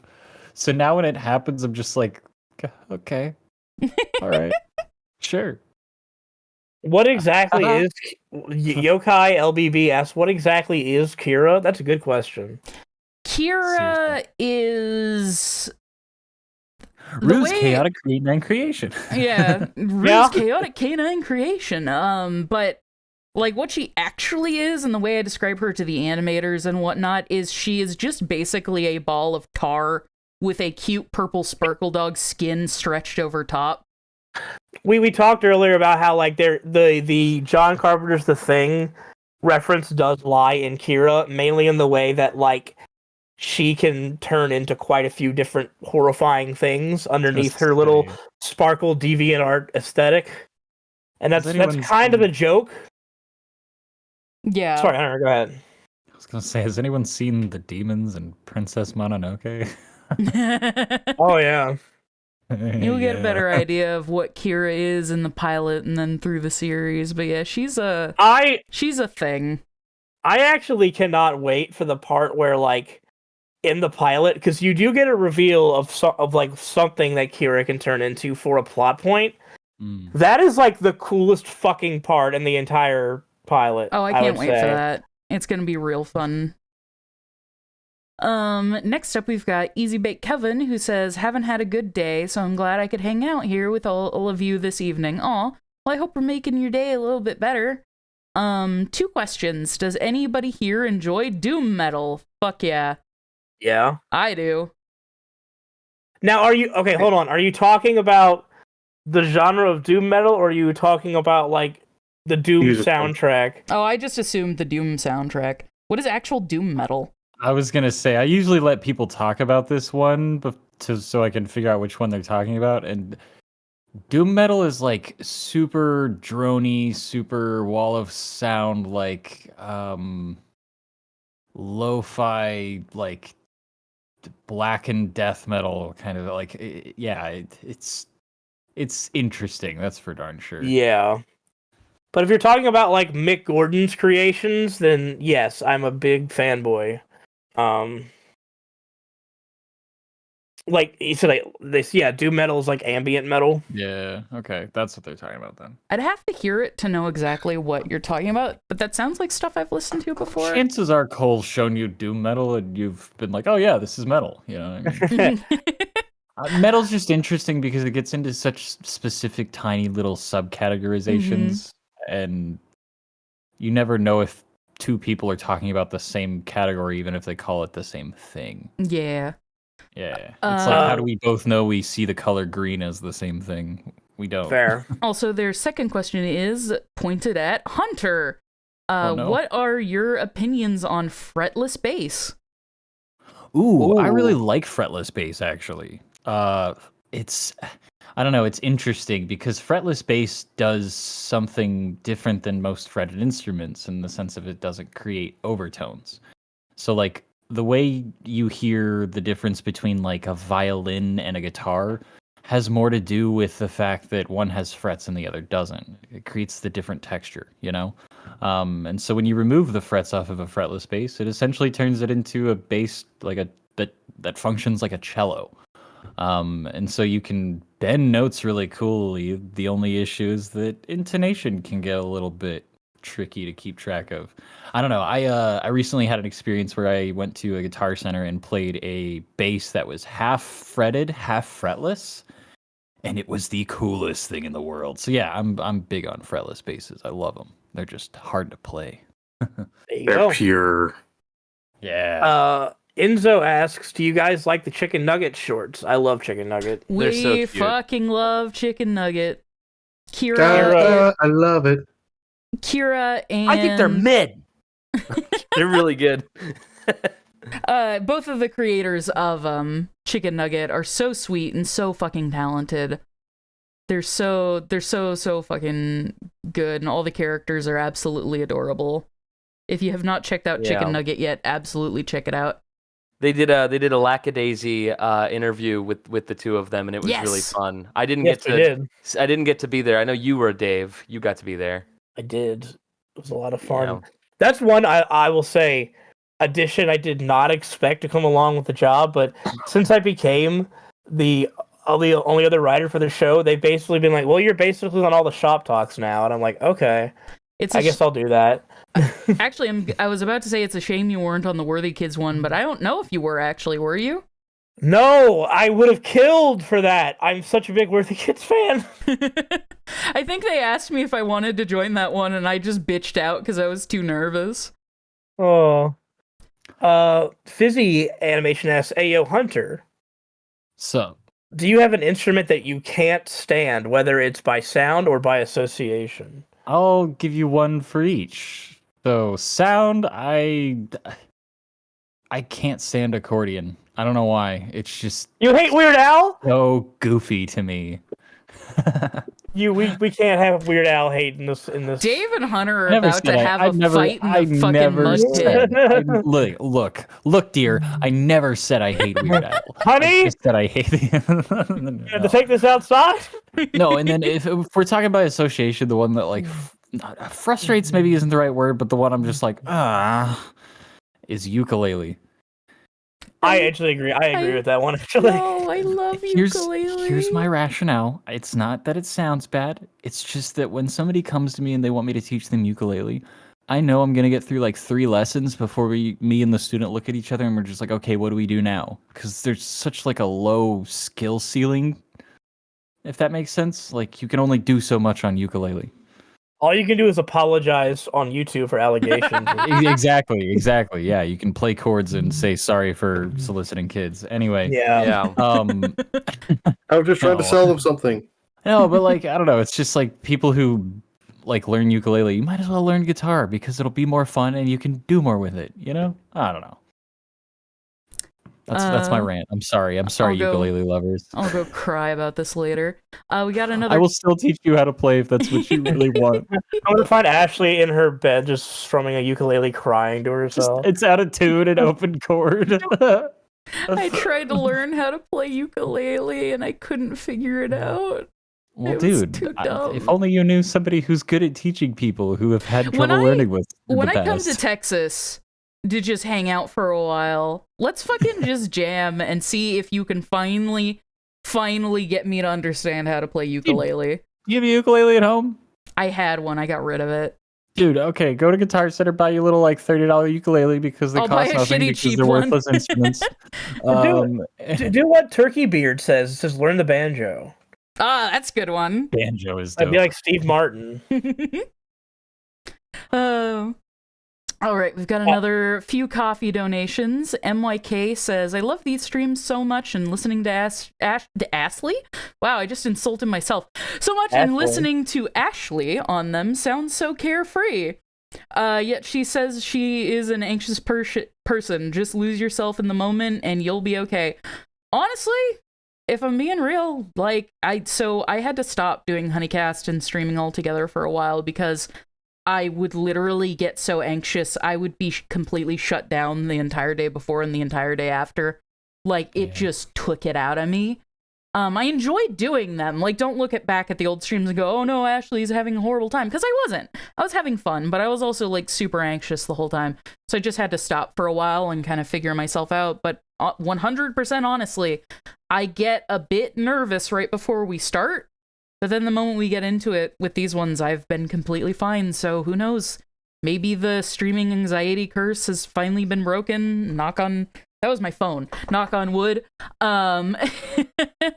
So at the very least, things are getting better though. So thank you. I just needed to take a lot of time to just kind of chill out and self-reflect, I guess. But I'm glad you're enjoying them. And then, sorry, go ahead. I'm not done yet. Next up, we've got Travis, who says, I look forward to all the Farfetch'd fan videos explaining the hidden meaning behind Griff's one line in the pilot. Click now, or something similar. Enjoy the stream, and thanks for making fun times. Bro, I had a fucking, like, just sad breakdown when MatPat quit, because I was like, no, we'll never have our MatPat Farfetch'd video. I wanted him to say that Griff is Sans. No! Imagine what Hello Neighbors thinks about him quitting. Hello Neighbor is the saddest of anyone right now. Here in about a decade, when he's on Cameo, you can get all of the lines you want. I feel so bad about mixing up Hello Neighbor and Welcome Home earlier. Fucking, I still feel bad about that. It's an honest mistake. You need to DM Party Coffin and just apologize misspoke. right now. Yeah. You know what? Actually, before you do that, you need to learn Hold how on. to play ukulele. Yeah, I was about to say, somebody grab a ukulele real quick. We can fix this. I'll do a uke cover of "It's a Beautiful Day in the Neighborhood." All right, do you have another one, or should I read a question from here? Shut up. There's one more. Oh my god, I'm gonna kill myself. Oh no! We're making money for the show. Ooh, YouTube I mean, content yeah! terrible. Oh golly, terrible. Shut up, Dave. Thank you for your lovely donations, everyone. It's very much Rattles appreciated, chains. even if Dave is being a sack of shit. It's a good question for you that I want to read. Okay, hold on to it. Let's say it. Strad says, "Hey, I'm only discovering Farfetch recently, but I'm wishing you guys and the crew good luck on the production. Thank you. Hopefully it's coming along smoothly. Would love to see some genuine horror in the pilot if that's in the cards. Anyway, cheers."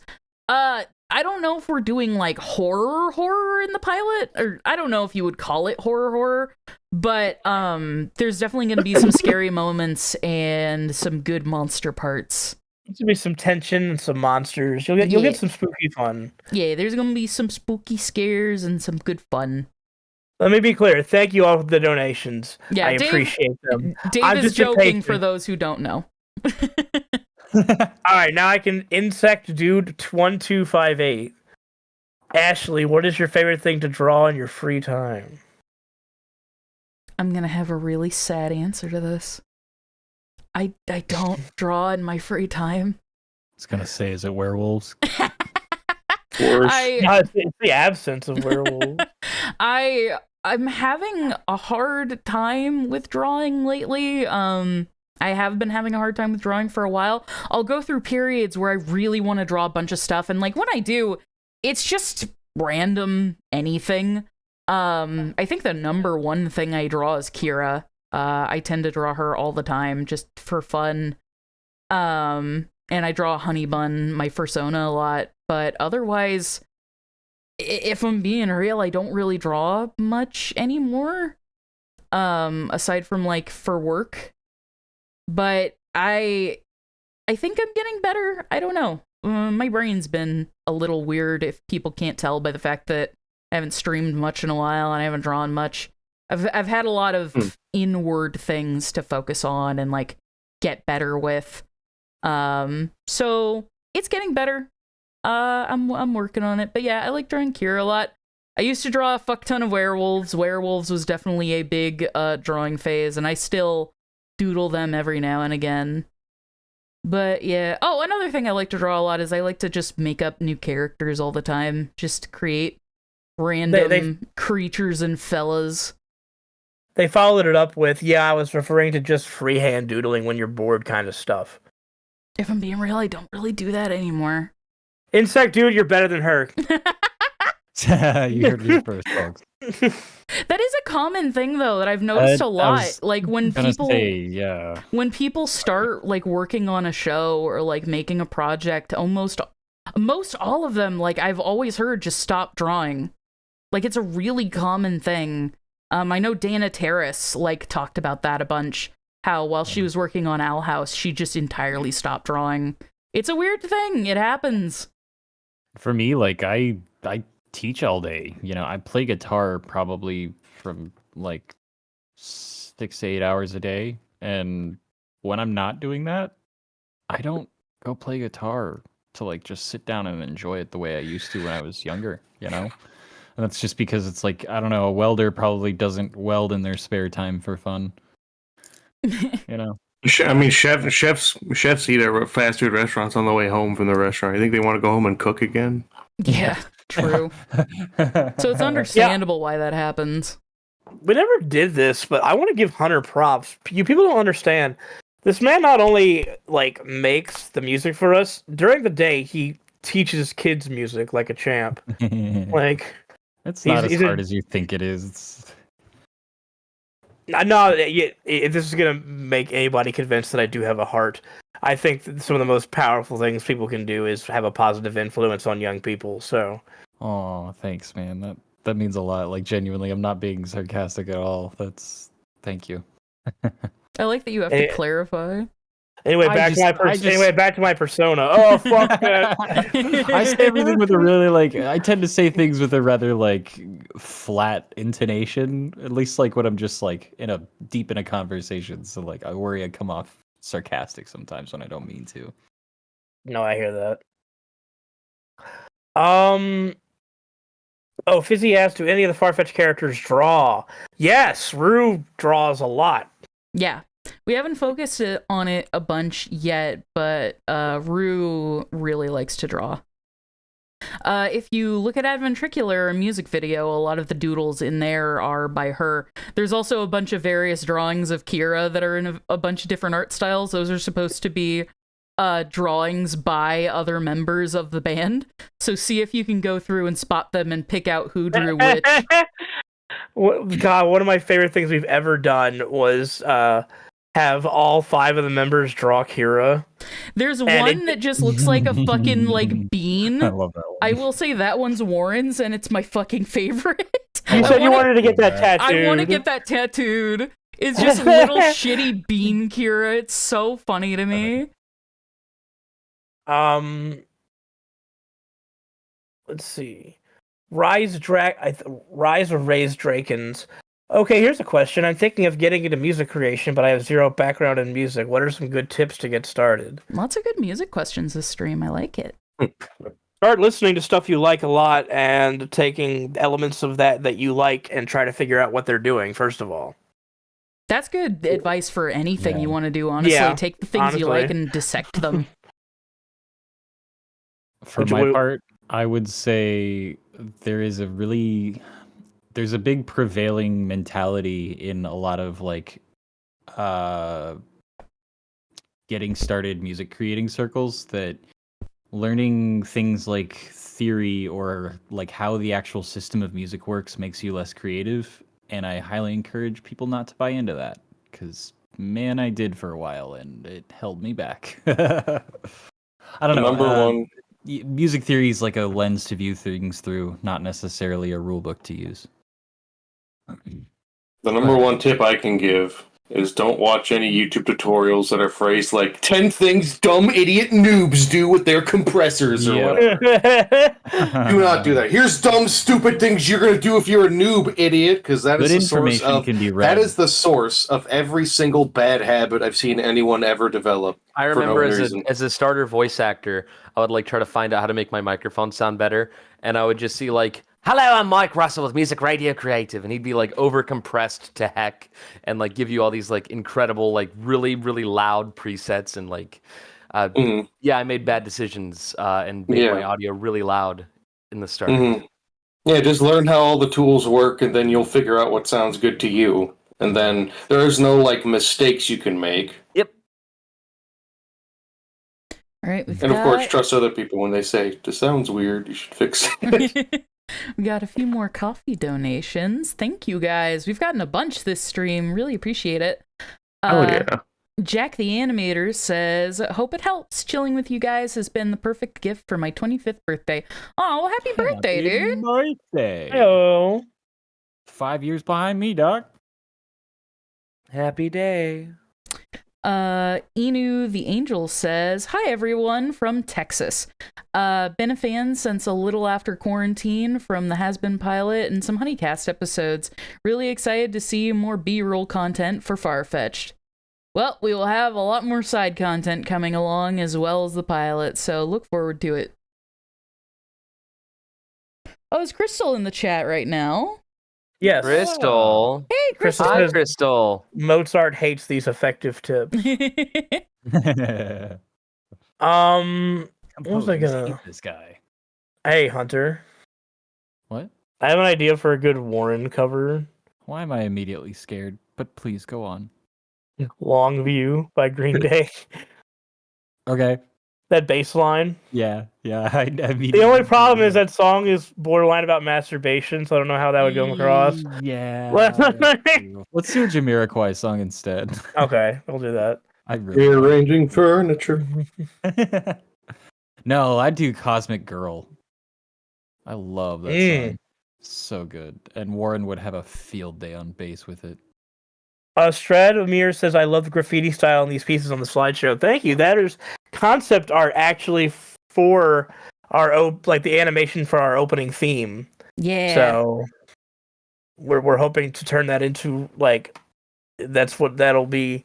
We want to use a really fun, interesting, strong style for our opening. So we're messing around with a lot of ideas. By the way, last stream y'all were talking about the theme. Y'all didn't know I was there.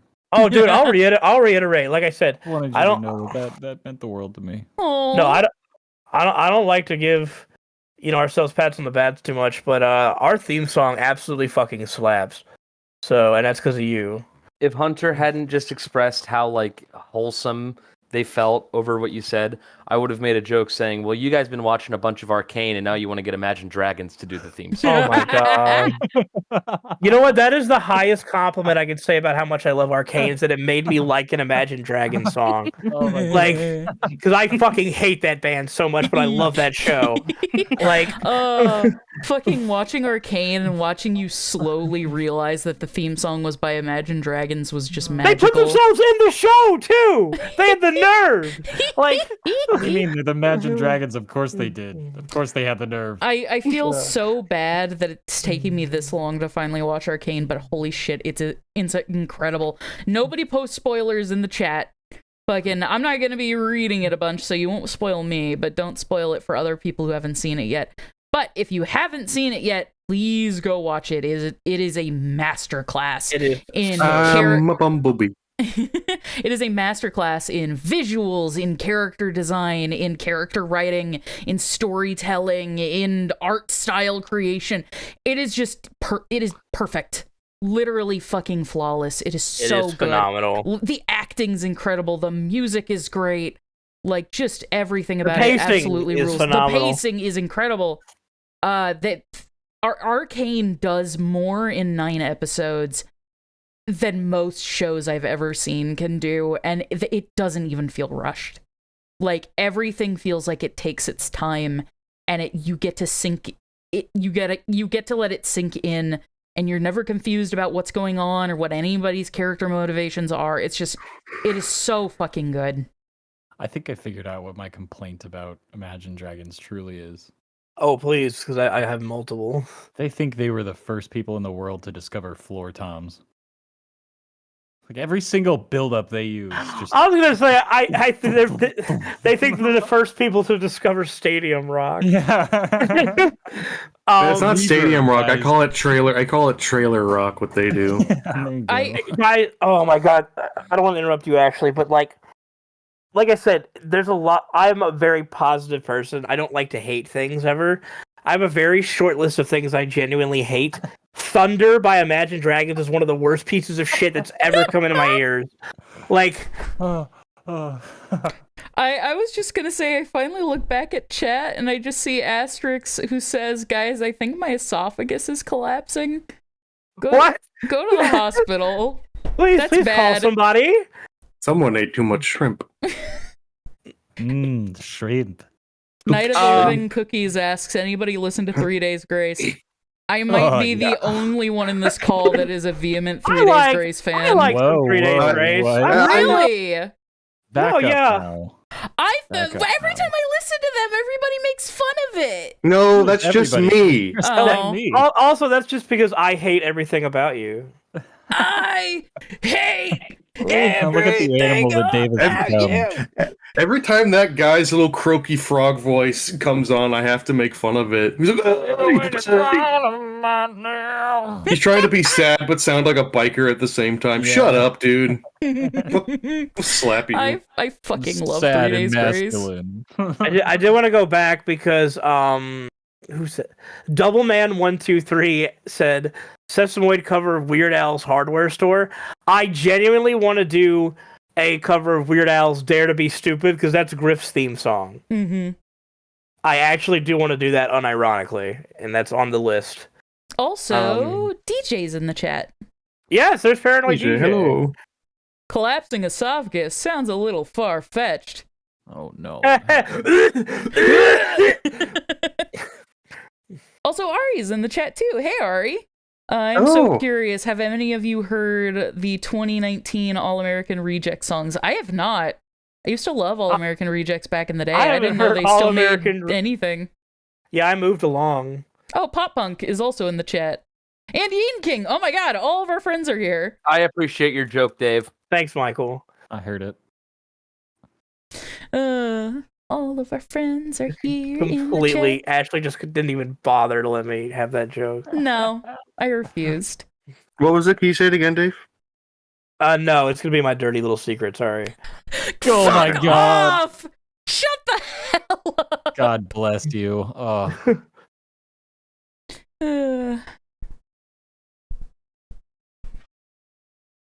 Let's see. Any Metallica enjoyers? Who doesn't like Metallica? I mean, Lars Ulrich is a butt, but They shredded on that Twitch live stream. oh god, that's so. Adam, do you want to tell that for those Yeah. who don't know? So, for those who don't know, Metallica is infamously like copyright hawkish, and they are the reason why. I don't know the reason. They're a big proponent of Napster getting shut down way back in the day. Mainly Lars. And I'm pretty sure they fought against music streaming just in general, like even if they were making money from it. But anyway, they are so hawkish. I guess Twitch thought it was a good idea to have them on a live stream and to have them play some music live. Oh no. Their copyright systems auto-detected Metallica music and had it removed and played Kevin MacLeod music instead. My favorite edit is the one where somebody did it when they start rocking, like, "Are you ready to rock?" And it starts doing the Kickstarter ding ding ding ding ding. Like,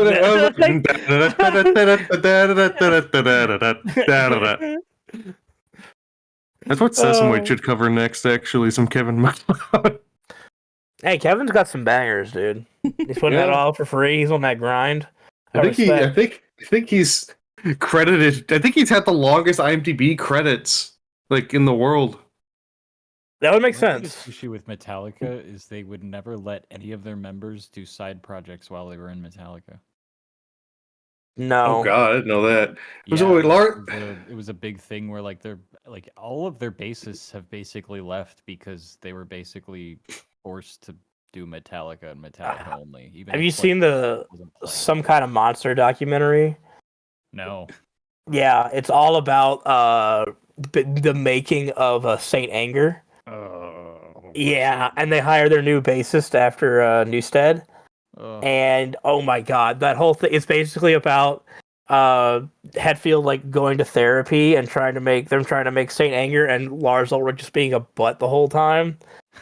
Every time I've seen a clip of Lars, everyone has to talk to him like he's a baby. Yeah. He's like he's like, okay, I want you to like go like boom top. He's like, it's too freaking hard, man. I don't know, man. What? I don't understand what we're talking about. It's all Lars right. Ulrich's a man-child. That's all you need to know. Okay. Coughing my lungs up, BRB. Good luck. Don't Asterisk. die! No, for Not real. on this Please, stream. if you're actually hurting, please go see somebody for real. Like, we're not even joking. Unless you're if doing a bit. If you just have a cough, I highly recommend hot water with honey and lemon. Yes, please It's take care of delicious. yourself. Also, if It's you're comforting and looking, delicious. if you do voice acting or anything with your voice and you're looking for something to help soothe it, or even if you're just sick, I might be pronouncing it wrong, but it's Ninjom Pipakau?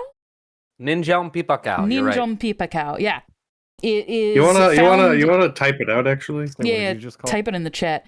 It's at a lot of Asian stores. You can also find it on Amazon. That stuff is literally fucking magic, and it tastes really good. It's Oh, Crystal's got it. Yeah. There you go. Thank you, Crystal. Ninjam Pepakakoa. I am butchering that so bad. I'm so The pronunciation is Pipakao. Oh, okay.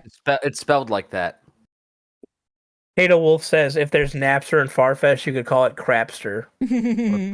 I don't. Rapster. Crapster. Adam, my man. Yeah, baby.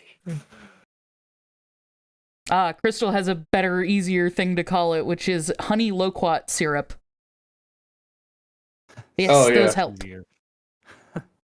Those help a lot. Try them out. Admiral Thrawn says, "Dear Ashley, do you accept my apology for forgetting to turn my parking brake on my missile and almost killing you and Dave a while back? I'm sorry."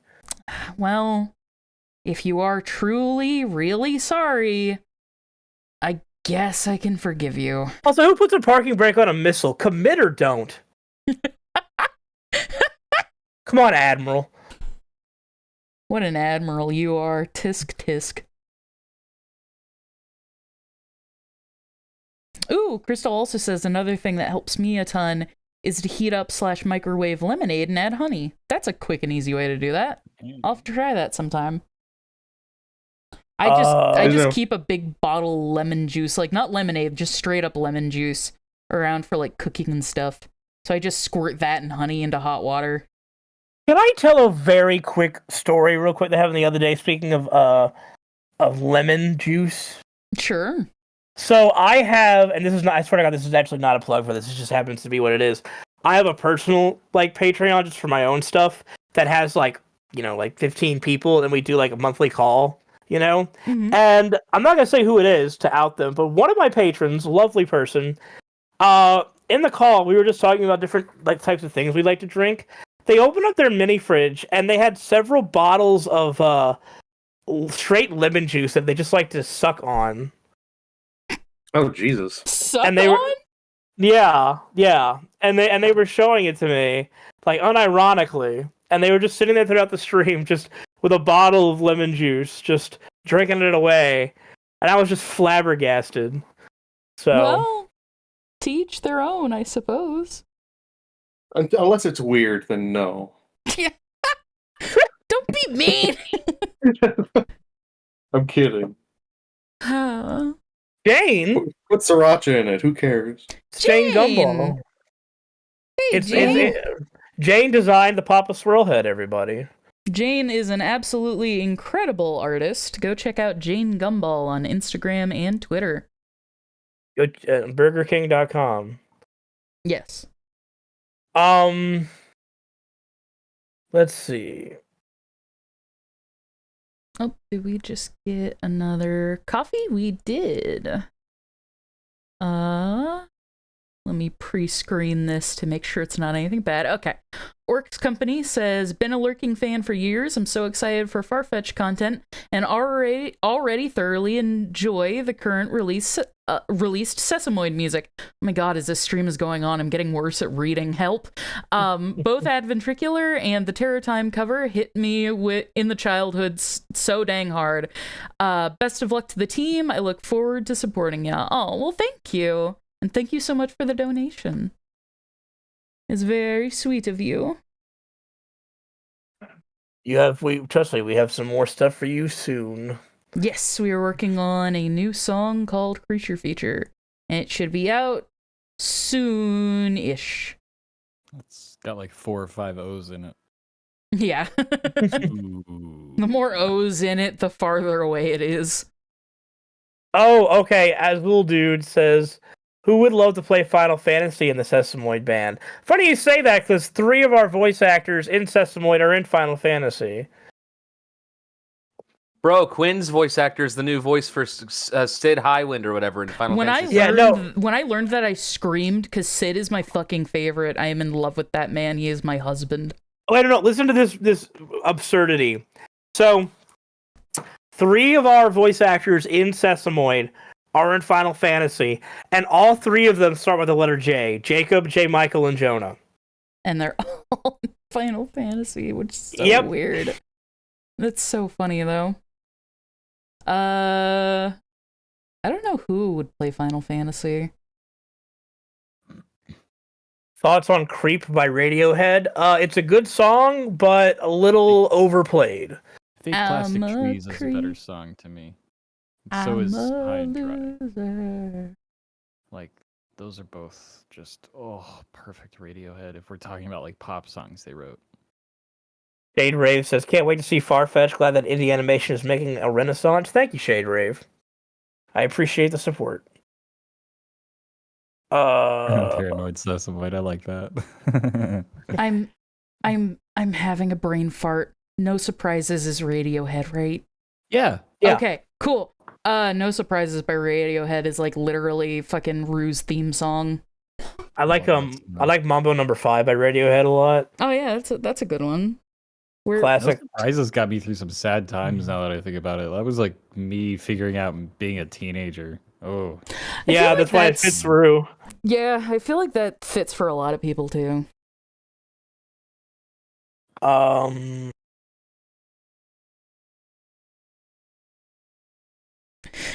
Jack Skellingthong says I'm not reading that one. I saw it. when Farfetch comes on screen, so will I. Immediately follow up with the I'm kidding. Well done. Hey, you know what? I appreciate the support. You know what? Yeah, I'll give you that. Hey, you can't say they aren't enthusiastic. I ain't buying you a new monitor though. You can wipe off the old one. Jane asks who in Sesamoid is surviving the infection. Jane, I know you've been looking at those My Little Pony infection AU videos. I'm calling it right now. I know that's why you're asking this question. God. Yeah, Warren might last the longest, but I don't think any of them would survive. Quinn would get bit immediately. Everybody would protect Rue, so she would last a pretty long time, but Piper or Warren would probably end up getting bitten protecting Rue. Griff would just can kill Clodagh. You know what? That's it. Clodagh would survive.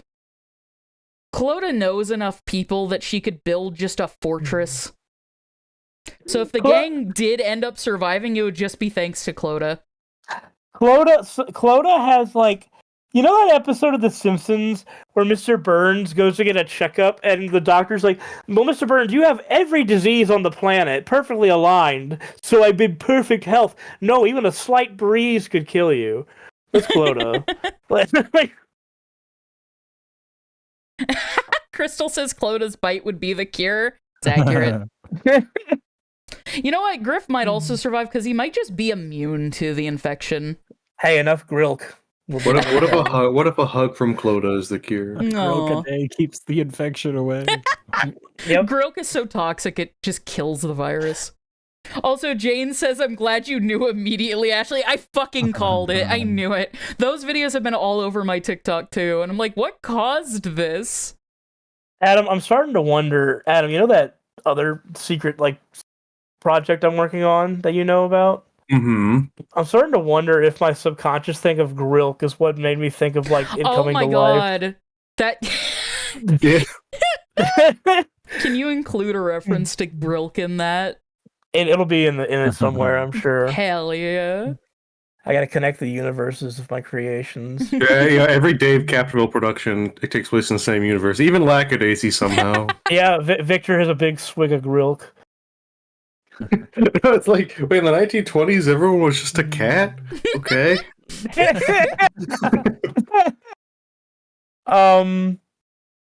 Thoughts on the Hollow Knight soundtrack? Mantis Lord's Grim Troop, immediately followed by Nightmare King.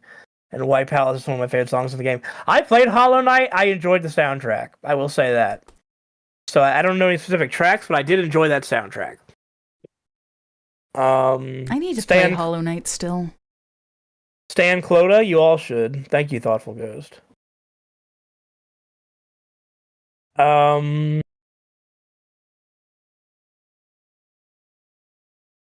Asterix, I need advice if I should stop bleaching and dyeing my hair practically every 3 weeks. So listen, dyeing your hair is cool, but if you do it too much, it will start to fall out. So be careful. Yeah, fry. If Ramona Flowers was real, she'd be bald. Yep. I think you said that, Adam. Yeah. That's like a stupid meme I saw once where it's like realistic Ramona and she's got like 3 patches of hair. I mean, it's hair. It grows back. Do whatever you want with it. Yeah, but the scalp it grows out of also Yeah. has its own health. Like, if your hair ends up frying, oh, well, it'll grow back, you know? But, yeah, definitely don't do anything that'll damage your scalp. Here's a tip. Dye your hair clear. True. They said Polar I'll dye bears my work head for them. bald. That's what Vin Diesel did. Yeah. If you touch his head, it's actually really soft. And you're like, wait a second. Stevie Wonder's the recent Scott Pilgrim adaptation, loved it. We finally just watched it, and it was so good. Phenomenal. I liked it a lot. It was basically, without any spoilers, the rebuild of Scott Pilgrim. Yeah, it's really clear to see how much like everybody involved has learned and grown since the comic and the movie. It's really, really cool to see. It was very, very good watch. Jane asked who in Sesame is a DWI. Quinn. Yeah, Quinn. He's so fucking entitled. He'd be like, oh, I'm not that tipsy, and fucking drive home on the motorcycle. Quinn would try to convince a cop he's too good for a ticket. I was gonna say Quinn would get a DWI because he was riding a bicycle, and it's technically illegal to do so while intoxicated. Let's see. By the way, Joshbot says lines in your trailer. By the way, it's been 2 hours and 20 minutes. How long are we going tonight? Oh man, that flew by. Let me see if I have any more coffee donations. Fizzy Dizzy donated again and said, "You can't stop us from giving you money," and says, "I'm sorry, it's such a little amount." Hey, literally every fucking dollar helps, and we appreciate it so much. Like, literally the fact that literally anyone is willing to give us anything is, like, mind-boggling to me. So, literally, thank you so fucking much. Like, even if it's just 50 cents, like, that it doesn't matter. Like, that is still a wonderful help. Yeah, give us a quarter. But no, it means a lot, genuinely. Thank you. And everybody, I'll let you listen to Sesamoid for a quarter. I just want a quarter. But yeah, even those who are just in chat hanging out, or people who have just shared Farfetched around, like, you don't even have to help financially. Just literally anything is Being always so appreciated. Makes you a supportive part of the community. Yeah. Yes. Yeah. And that helps this thing get made and helps it grow. So all of you, we appreciate you so much. You are phenomenal. Thank you for spreading our sickness. Night of the Living Cookie says Quinn's gonna be on a freaking Karen's Gone Wild video. That's funny. Soaring Fox, no real question, but I just want to know a little more about Rue and Warren because they're my favorite characters. Good choices. Rue is childhood friends with Quinn. She likes to doodle a lot. She draws. A lot of the drawings in Adventricular are drawings by her. It's supposed to be in her, like, notebook that they changed, like, chronicled, like, the adventure they went on. Basically, like, the plot of Adventricular is Quinn took over Rue's sketchbook, or at least one of Rue's sketchbooks, to go, hey, chronicle our adventures. This needs to be remembered. And so, like, as they're going along, they're taking a bunch of Polaroid pictures and putting stickers in there and drawings and, like, all of that. And that was what we were going for. I don't know if it came through clearly, but I think it's fun. And yeah, Rue is just very anxious, but I'm not gonna say happy to be there. She's not really happy to be there either, but she's happy to be making friends and meeting new people. And I don't know what else I can say without kind of spoiling things.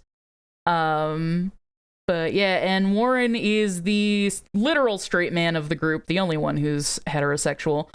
And also the literal straight man that doesn't put up with anybody's shit, but also wants to be a big, sweet, protective dad to everyone.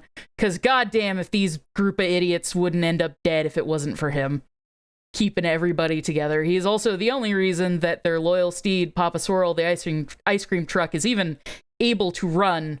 So they literally wouldn't be able to go anywhere if it wasn't for him. He is carrying literally the whole gang on his fucking back.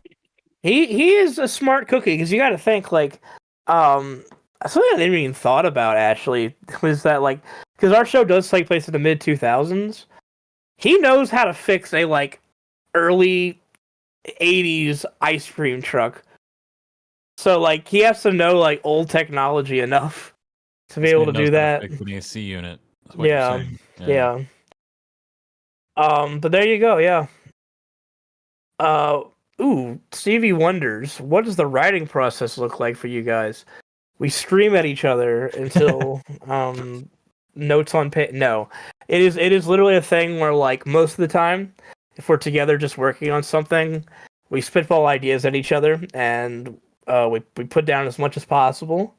And then sometimes we come up with things it's like apart. Like just the other day, I literally pitched something to Ashley and then she pitched something to me that we're just like we like both of those things. Let's put them down and remember them. But when it comes back. I have a massive list of just notes in the notes app on my phone of just stuff that I want to include or like clarifications on like character motivations or backstory ideas and stuff like that. Like we work together a lot, but individually we also just tend to write down like a lot of stuff that we want to do or like ideas. Hey, when somebody asked about your writing process, I imagined a situation in which Michael throws the both of you into a room, nails a couple of 2x4s over the door to make sure you don't get out, and then he feeds tortillas under the door until a script comes out. Yep. There was the bread incident once. Yeah. Remember the bread, Ashley? Is it just where I walked into your room and was like, Dave, have this bread? No, that was funny too. No, it was when we were in the old house. In Ashley's office, and I forgot why I got mad. I had a loaf of bread, and I just threw it at the whiteboard really hard. No, I don't even remember that. Yeah. I don't know why. I think we were like making sandwiches or something. I got mad. It was like a loaf of Dave's like grain bread, and I just threw it at the whiteboard really hard because I was mad. Why'd you waste food? You got I don't know. I grew up. That was a long time ago. That was 2 years ago. I'm a changed man. I did my ukulele performance. It's fine. We're full circle. Jacob Takanashi only has 17 subscribers. That's unfair. I agree. Go subscribe to Jacob Takanashi. He not only voices his Griff, he sings his Griff. He's an unparalleled talent. There you go, Jacob. Now you can pay me.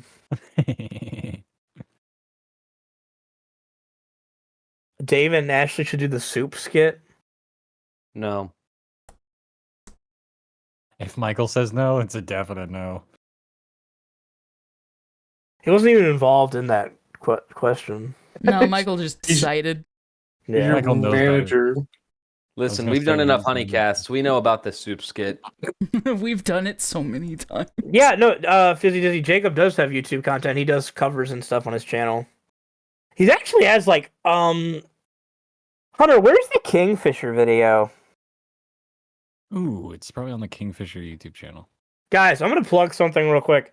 If you have not heard Hunter and Jacob's Kingfisher project, it's phenomenal, and you should check it out. Look up Kingfisher back. It is like you will be driving your car and vibing, and it's the best feeling. Also, Adam did a fantastic job on the music video for it. Yes. Oh yeah, you did do that, didn't you? Yeah. Yeah, a little bit ago. Yeah, I'm actually finishing up some more Kingfisher soon. I've spent a long time not paying enough attention to it. I'm like you, Dave. It's my terribly titled talks, but it's just Kingfisher. Yeah, I think all of us creatives have that one thing that we're like, when I have time, I'll go back to this, and then you never have time. Honeycast. Exactly. Yeah, but you actually, to be fair, you're actually making effort to bring it back at least. Yeah. Ari, our friend. Hey, Ari. Ari Noble says your music is fucking great, Hunter. I agree. Thank you. TLM Gaming. Does Michael get the final say when it comes to anything in the house? Not really. See how? Yeah, I was trying to think of something. I was too. No. I thought y'all were both just being quiet until Michael said something. You want to know what's the worst part? You want to know what's the worst part? Technically, I'm the homeowner. Yeah. By law, technically, because I've got the mortgage, I'm the homeowner.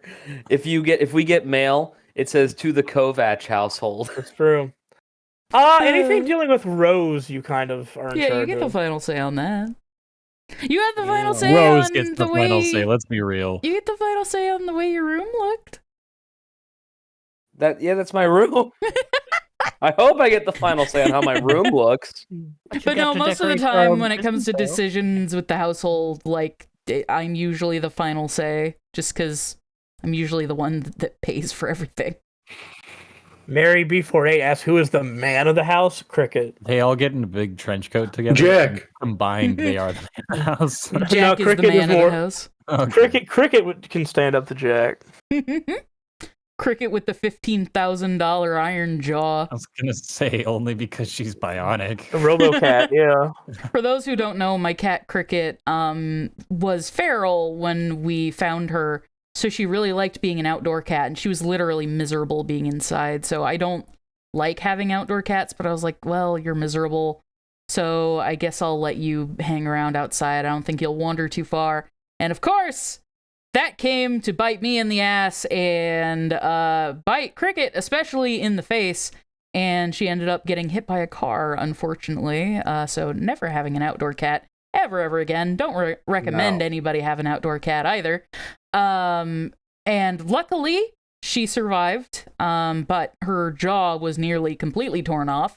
And we had to go and get a lot of her jaw and reconstructed, and a lot of her skin was also missing, so they had to literally stretch her skin out over her jaw to make sure that she had bottom jaw skin still. It was awful, and it came to $15,000 in the end, and it wasn't for my wonderful, amazing, incredible fans helping us out with that would have sucked.